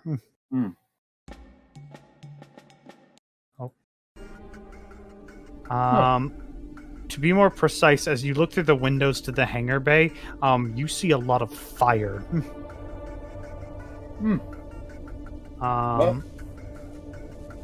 Looking down into the hangar itself, you notice that there is a lot of bodies of engineers on the ground. And you can see what looks to be about 3 security detail present within the chambers. They look like they are either pouring gasoline all over the place and setting it ablaze, or they look to be putting boxes next to some of the mobile suits. Oh, shit.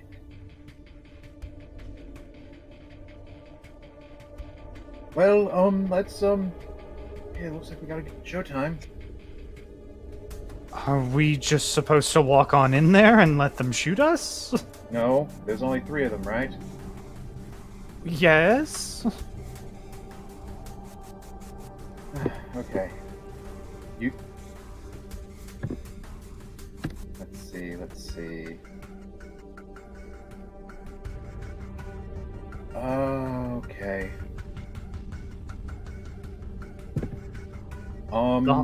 The Harut at your side kind of makes a beeping noise for a moment. You hear a voice prompt come up. Would you like to enable kill protocol? Why, yes. Affirmative, affirmative. Oh, also fire suppression. Please initiate fire suppression on the main platform. You hear almost like a sad bleep for a second and goes, enabling fire suppression protocol. Mm-hmm. Then kill. Then kill. The Haru kind of rolls a little ways from you towards what looks like a duct panel, and then it just kind of pulls out a little arm that you don't remember installing, but you probably did, where it just kind of starts plasma cutting the vent open, and then it rolls inside. Never to be seen again. No. He'll be back. Well, let's hope so. Mm-hmm. So what are we going to do now? We don't have a lot of time.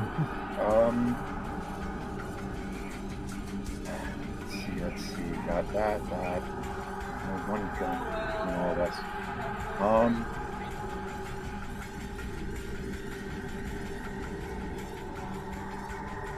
Do you...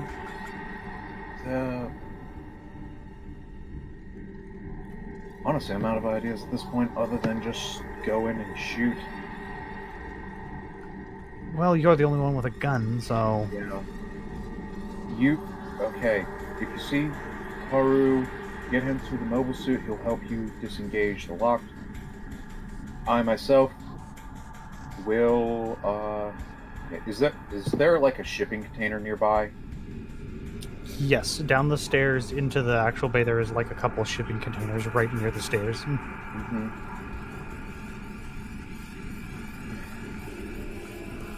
Okay, and this is another weird question. Did I see they had any grenades on them?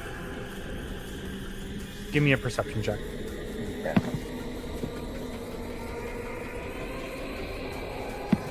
That's actually kind of weird.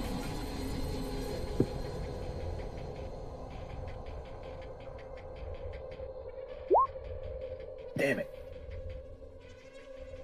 None that you can see. The fire that is going on in that room is actually getting a bit more intense.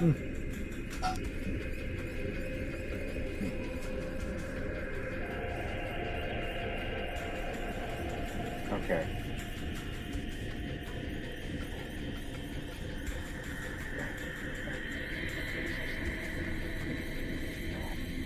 You know what? I'm gonna... either way, I'm gonna die. Oh,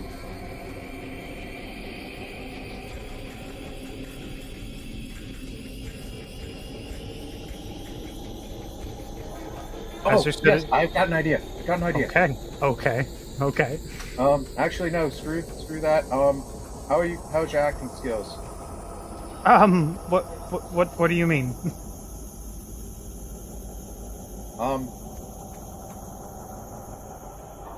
Potentially use you as a way to get closer to them so I can actually shoot them.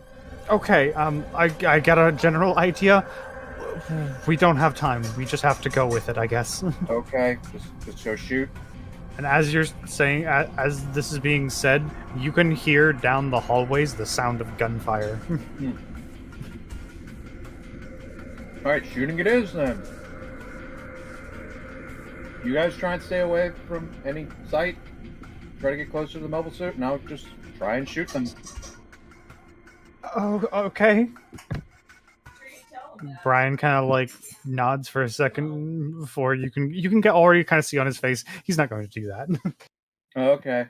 All right, Brian, you're with me. Let's go. Understood. Finally get to have some action outside of mobile suits. All right. Yep. And if possible, because I don't know what the fuck is the range on this thing. Your pistol. Oh, it's 100 to 400. Okay. Yeah. Guns have really good range. Yeah.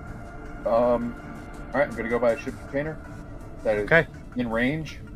Moving down the stairs, you find cover amongst a shipping container, and Brian kind of follows suit shortly after, but not before grabbing what looks to be a lead pipe. You see any grenades, knock them away. Sure, I'll let you know if I see a grenade. And gonna try and shoot one of them. Okay. I will. So this will be a surprise round. So you don't get advantage on this attack, but I will give you +2. Oh, okay, cool. Well, you take a shot at the one of the security guards, and it pings right off of its helmet. Looks like you missed just barely, but now you've garnered some attention. And now back under cover. Please roll stealth. I know that's more like a rogue thing to do, but honestly, I don't care. 21. Okay, cool. I'm gonna roll d4 -1. Okay. Only the guard that you shot at actually seems to have noticed what has happened. Kind of like looks around. He kind of like tries to get the attention of some of the other guards, but they don't seem to care. And he's like, fine, I'll do it myself. Goes over, gun kind of raised. He moves over towards the shipping container. And I'm going to have Brian do a thing. Good. Let's grab...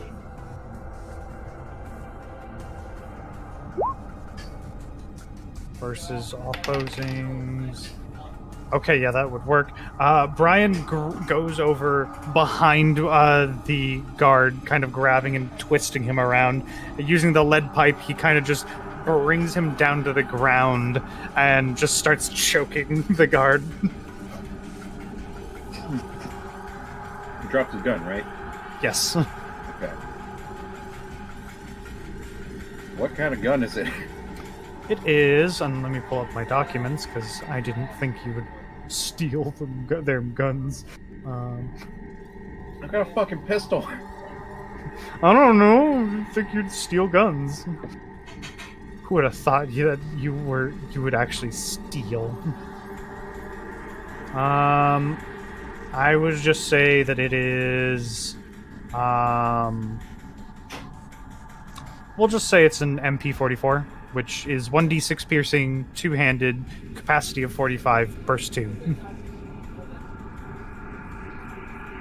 Range is only 15 to 40 though. Okay, let's.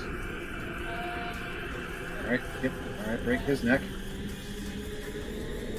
Break his neck? Okay. We're doing this now, I guess.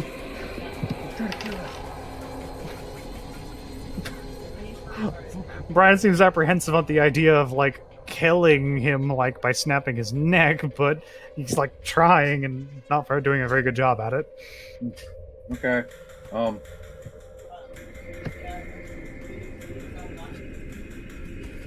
Yeah, just get him to fall asleep. I don't know how to do sleeper hold.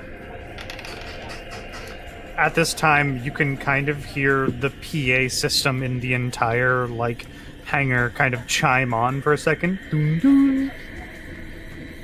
And then you can just hear a voice over it in kind of this robotic tone.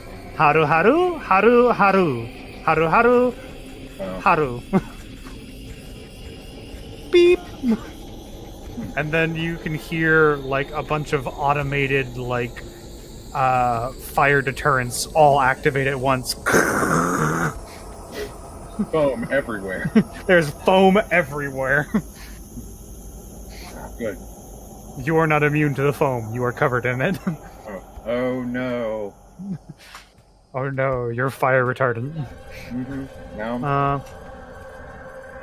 A lot of the security guards now are very actively annoyed. One of them goes off to go check over where the Haru would be. If you're observing that. Oh, he's gonna go try and fuck my Haru. No, he's gonna get shot. Okay. Second.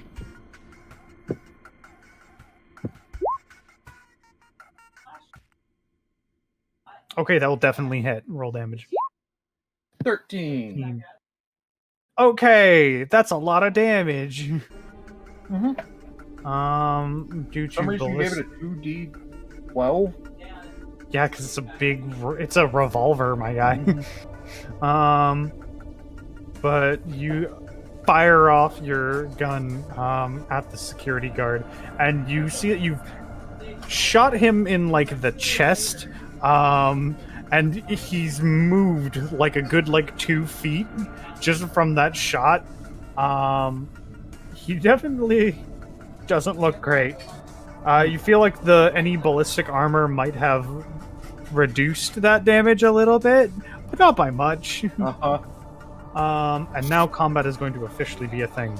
I would like you to roll initiative.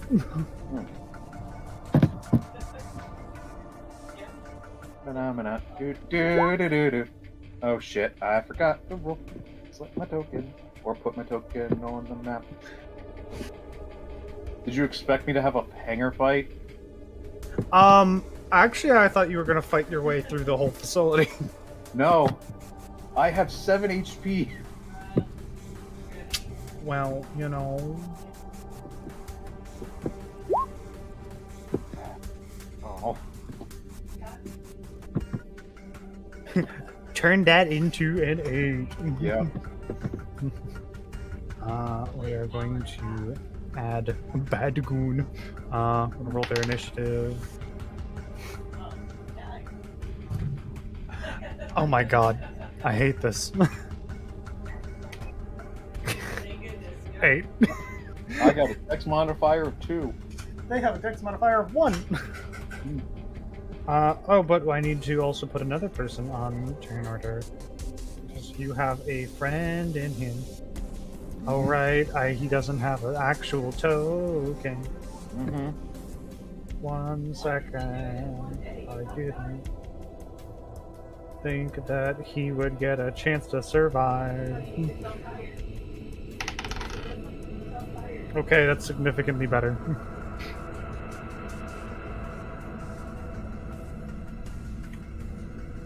So, did you let him have the gun or no? I've given him the I gave him the one that I'm not currently using. So okay. The other guy. In which case, because range is an issue, he is just going to run straight at the goon. Okay, question: is the other dude dead? Knocked out? Yes, at the very least, knocked out. Okay. You get the sense he just smacked him in the face with the gun. Okay. In the equivalent of going, go to sleep! Go to sleep! Go to sleep! Yeah, Brian is going to rush the goon that you shot. And he's a bombastic guy. He is going, ah! the whole time. Okay, that will definitely hit. And he fires off like a quick burst of shots. It has a burst 2. I will roll the damage live because the MP44 does 1d6 but burst 2. So it does 2 damage. Oh. It's not a lot of damage, but it's something. Does he at least look like he's on his last legs? Oh yeah, like he has like next to no HP left. Mr. Belwin. Okay. I'm a hippity hoppity gonna shoot the guy that's almost dead. Okay, yeah, I'm just gonna say, how do you want to kill this man? Dude, get the fuck away from my ball. You're just shooting him in the. Oh my god. I'm gonna take that narration away from you a little bit. I'm gonna say you're shooting this man in the head. His head explodes like a watermelon. Don't fuck with my Haru. Which has definitely garnered the attention of like the last goon. I'm gonna roll a thing really quick. Okay. You see that he pulls out a grenade. And he is going to... Let's see. Does he want to go after Xander, who is mildly in cover, or does he want to go after Brian, who is definitely not in cover? He's gonna go and toss the grenade over at Brian. What did I put for grenades? Oh, that's right. They do a lot of damage. He is going to toss the grenade over. I just want to see. Brian is going to need to make a dex save very quickly here. That is a 14 plus 2. So it's 16. That will succeed on the DC, so he will take half damage, which is good because the damage is 3d10. How much HP does this man have? Not a lot. Oh yeah, he was a NPC character in the tutorial, so he probably is gonna get fucked. But 5 damage is not enough to kill him. Yeah, let's fucking go. Actually, it's 5 halved, so it's like 2 damage. He barely took anything. Go. So Brian dodges out of the way of the grenade just in time. It like clips his leg a little bit, and that's mostly just shrapnel that did it, rather than the actual grenade itself. Brian's like, oh, that's my pedaling leg! Motherfucker! I'm gonna say Brian is going to just... He's still got the pipe, so I'm gonna have him fire the gun first. That's a natural 20. Let's go! Let's go! Brian MVP.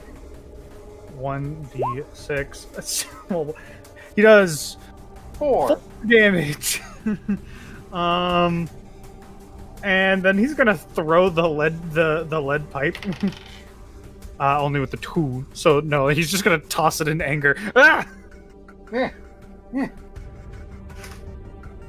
But he put some good damage into this goon.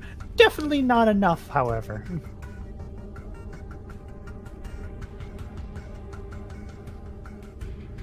Shit, so I saw the grenade, right? Yes.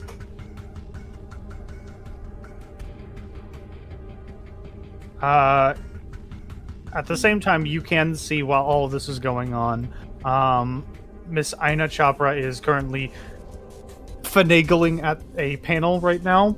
And it seems like Haru is kind of next to her, also finagling with panels. Though he's doing it in a very Haru way. Very Haru way, and means that he's taken the panel off and he's plugged into it directly. Yep. But it looks like they're getting the safety locks off of the mobile suit in question. The Horus. Yep. Okay. I'm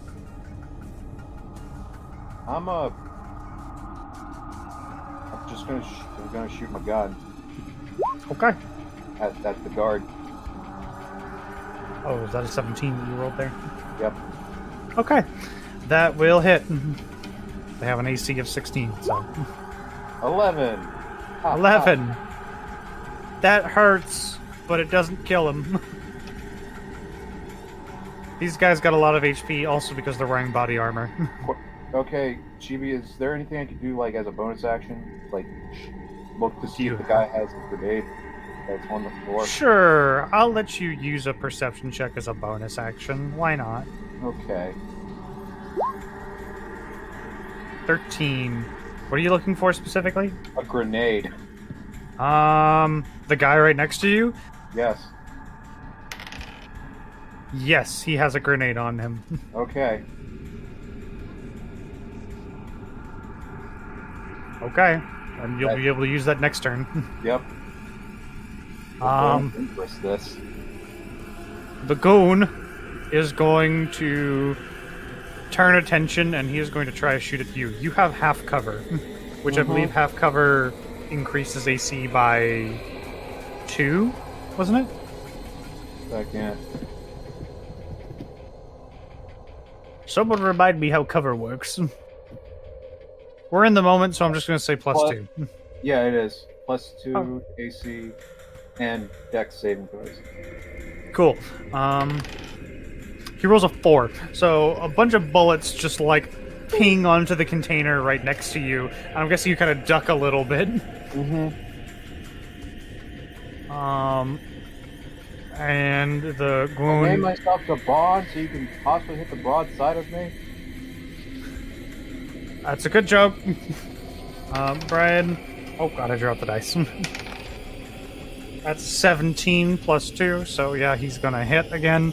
Brian, I'm my guy who's never used a gun in his life, is doing really well right now. He doesn't hit well. Hooray! 6 damage. Which is just barely enough. Brian taking down this guy, firing, or almost kind of like an angle because he's not used to the kick, just kind of shoots the guys in the leg, shoots him in the chest, and then shoots him in the face. And the goon drops to the ground.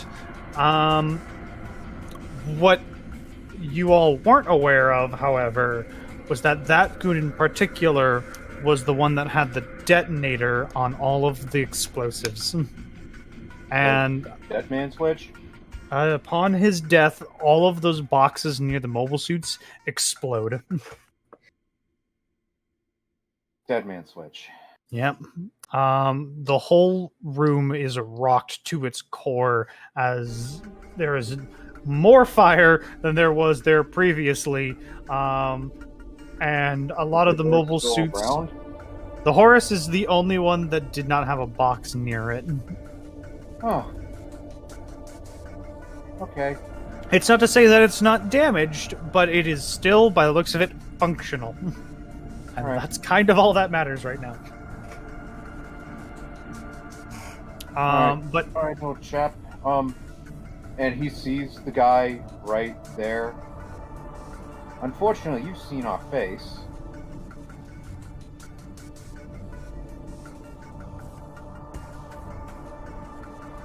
This is really fucked up. Are you going to execute a man who's unconscious? No, I'm just going to let the fire take care of him. Oh, damn. Okay. Yeah.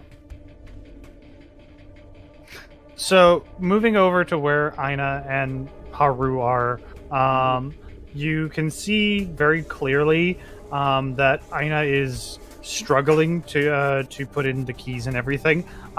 Looking over, a bit kind of confused as to why this is taking so long. You notice that your Haru is doing something else. Haru, what are you doing? I would like you to make a quick Arcana check. I'll let you have advantage because you know your Haru front and back. Mm-hmm. Your Haru is currently downloading plans. A sly smile appears on Xander's face. Mr. Xander, I'm not sure if your Haru is up to snuff on everything that's happening right now. Could you please give me some assistance?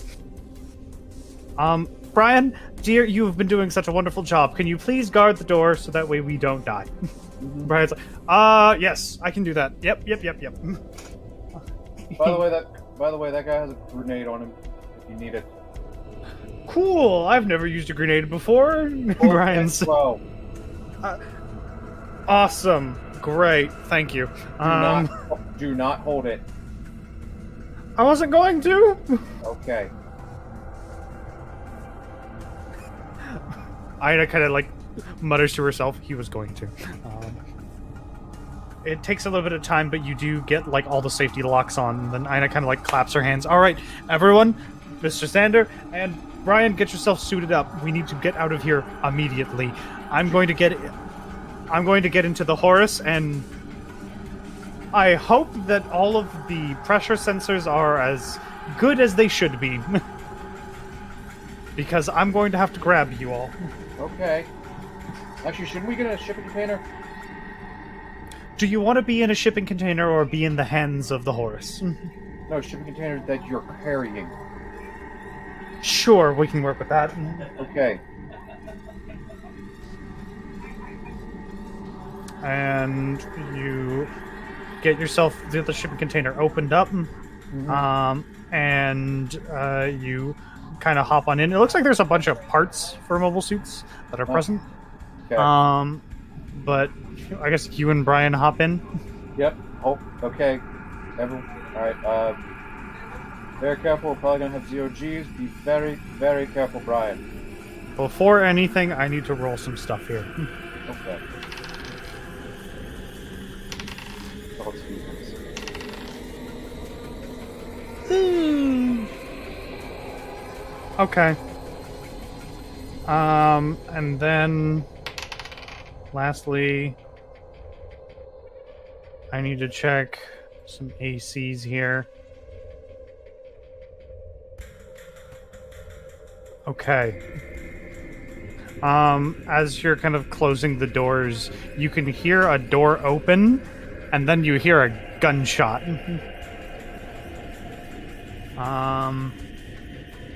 Then there is like a bunch of silence before you hear several more gunshots.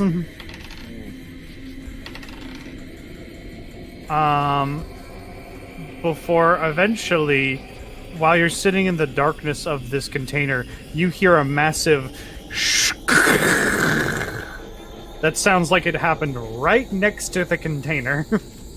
The sound of bending steel and a squelch of meat insinuates that something just happened.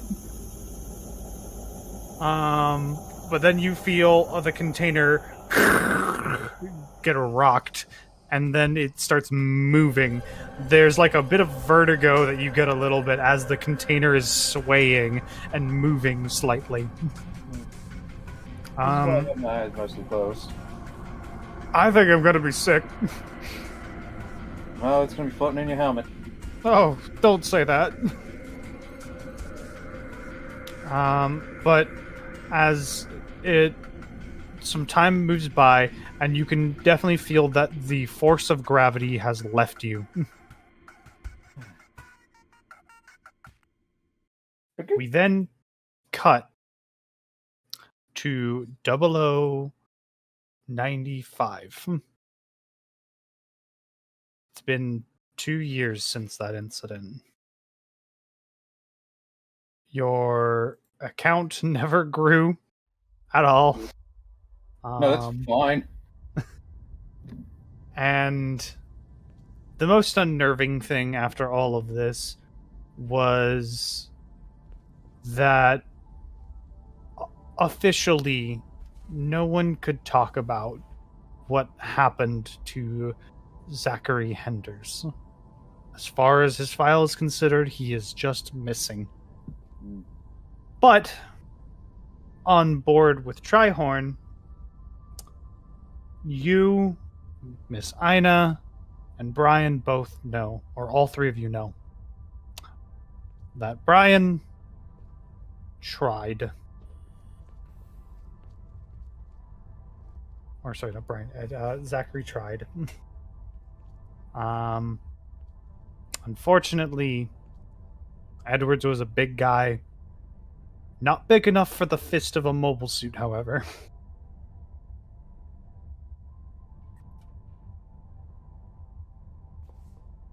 There is a bit of a moment of reflection when you're sitting here in this office. It's now very bright. You do have the company of Miss Ina present. As you've probably have talked to her several times about different potential research routes and things that can be achieved or done. But you definitely don't talk about that day. No. There's a moment where there's a knock at the door as Miss Ina is present with 2 cups of coffee in her hands and kind of holds one up to you. Oh, I know. How have things been? Good. Honestly. Yourself? Production's running smoothly. Some of the most recent patches are finally being rolled out, thanks to you, of course. Thank you. Um, I shouldn't take all the credit. it's been with your help that we're even where we're at right now. I did get a file, however. Something that might pique your interest. You told me, and I know we shouldn't speak of what happened that day, but you told me that Mr. Edwards had some kind of weird pin on his chest, right? Yes. I got sent an interesting file that I think you might want to take a look at. Okay. She looks through her tablet and just kind of sends the email off to you. Upon opening the email, the first thing you see is that upside down green pyramid. Okay.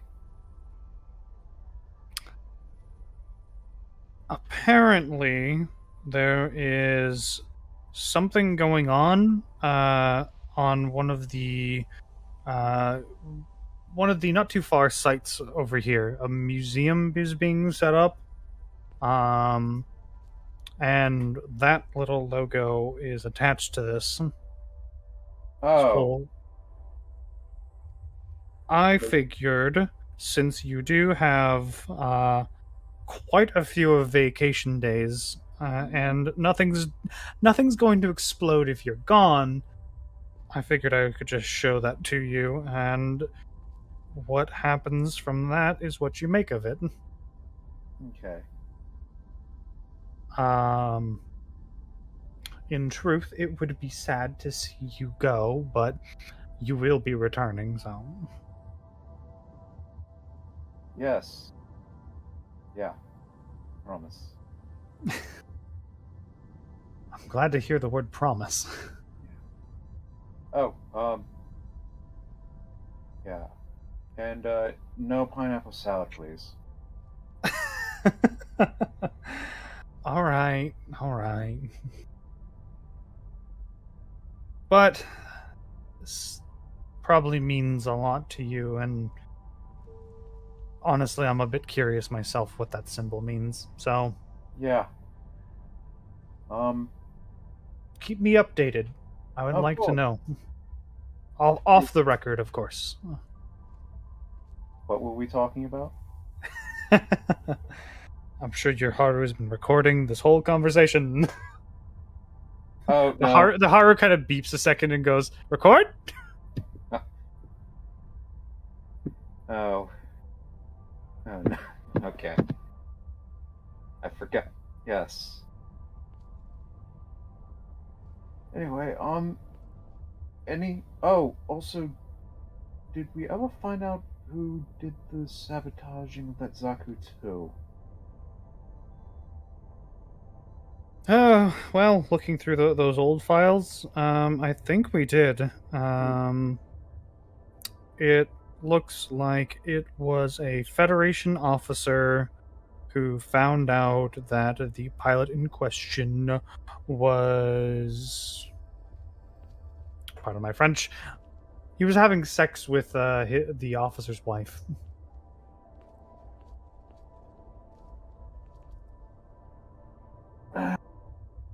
Fucking idiots. Something incredibly petty like that would lead to the death of not only a perfectly good mobile suit, but a perfectly good pilot. Yeah.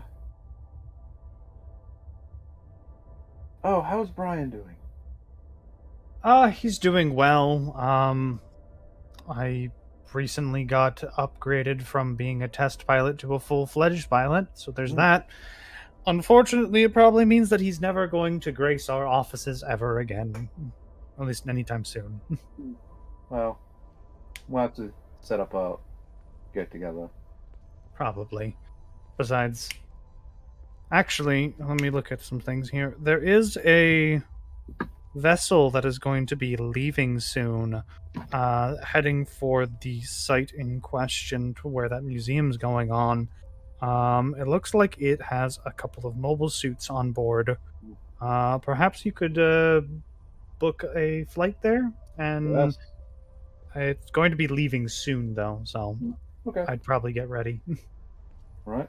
I guess I'll get the Haru, please run vacation protocol. I'm guessing it has been updated for a while. you immediately hear like the Haru would display a sound of like maracas, and it goes arriba. Yeah. Yes. All right then. See you soon. Good luck, Mr. Bellwind.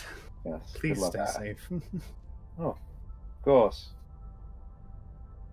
And that is where we will end our one shot. Mm-hmm. Thank you all for listening. We hope you had a wonderful time. Hey, bye. Bye.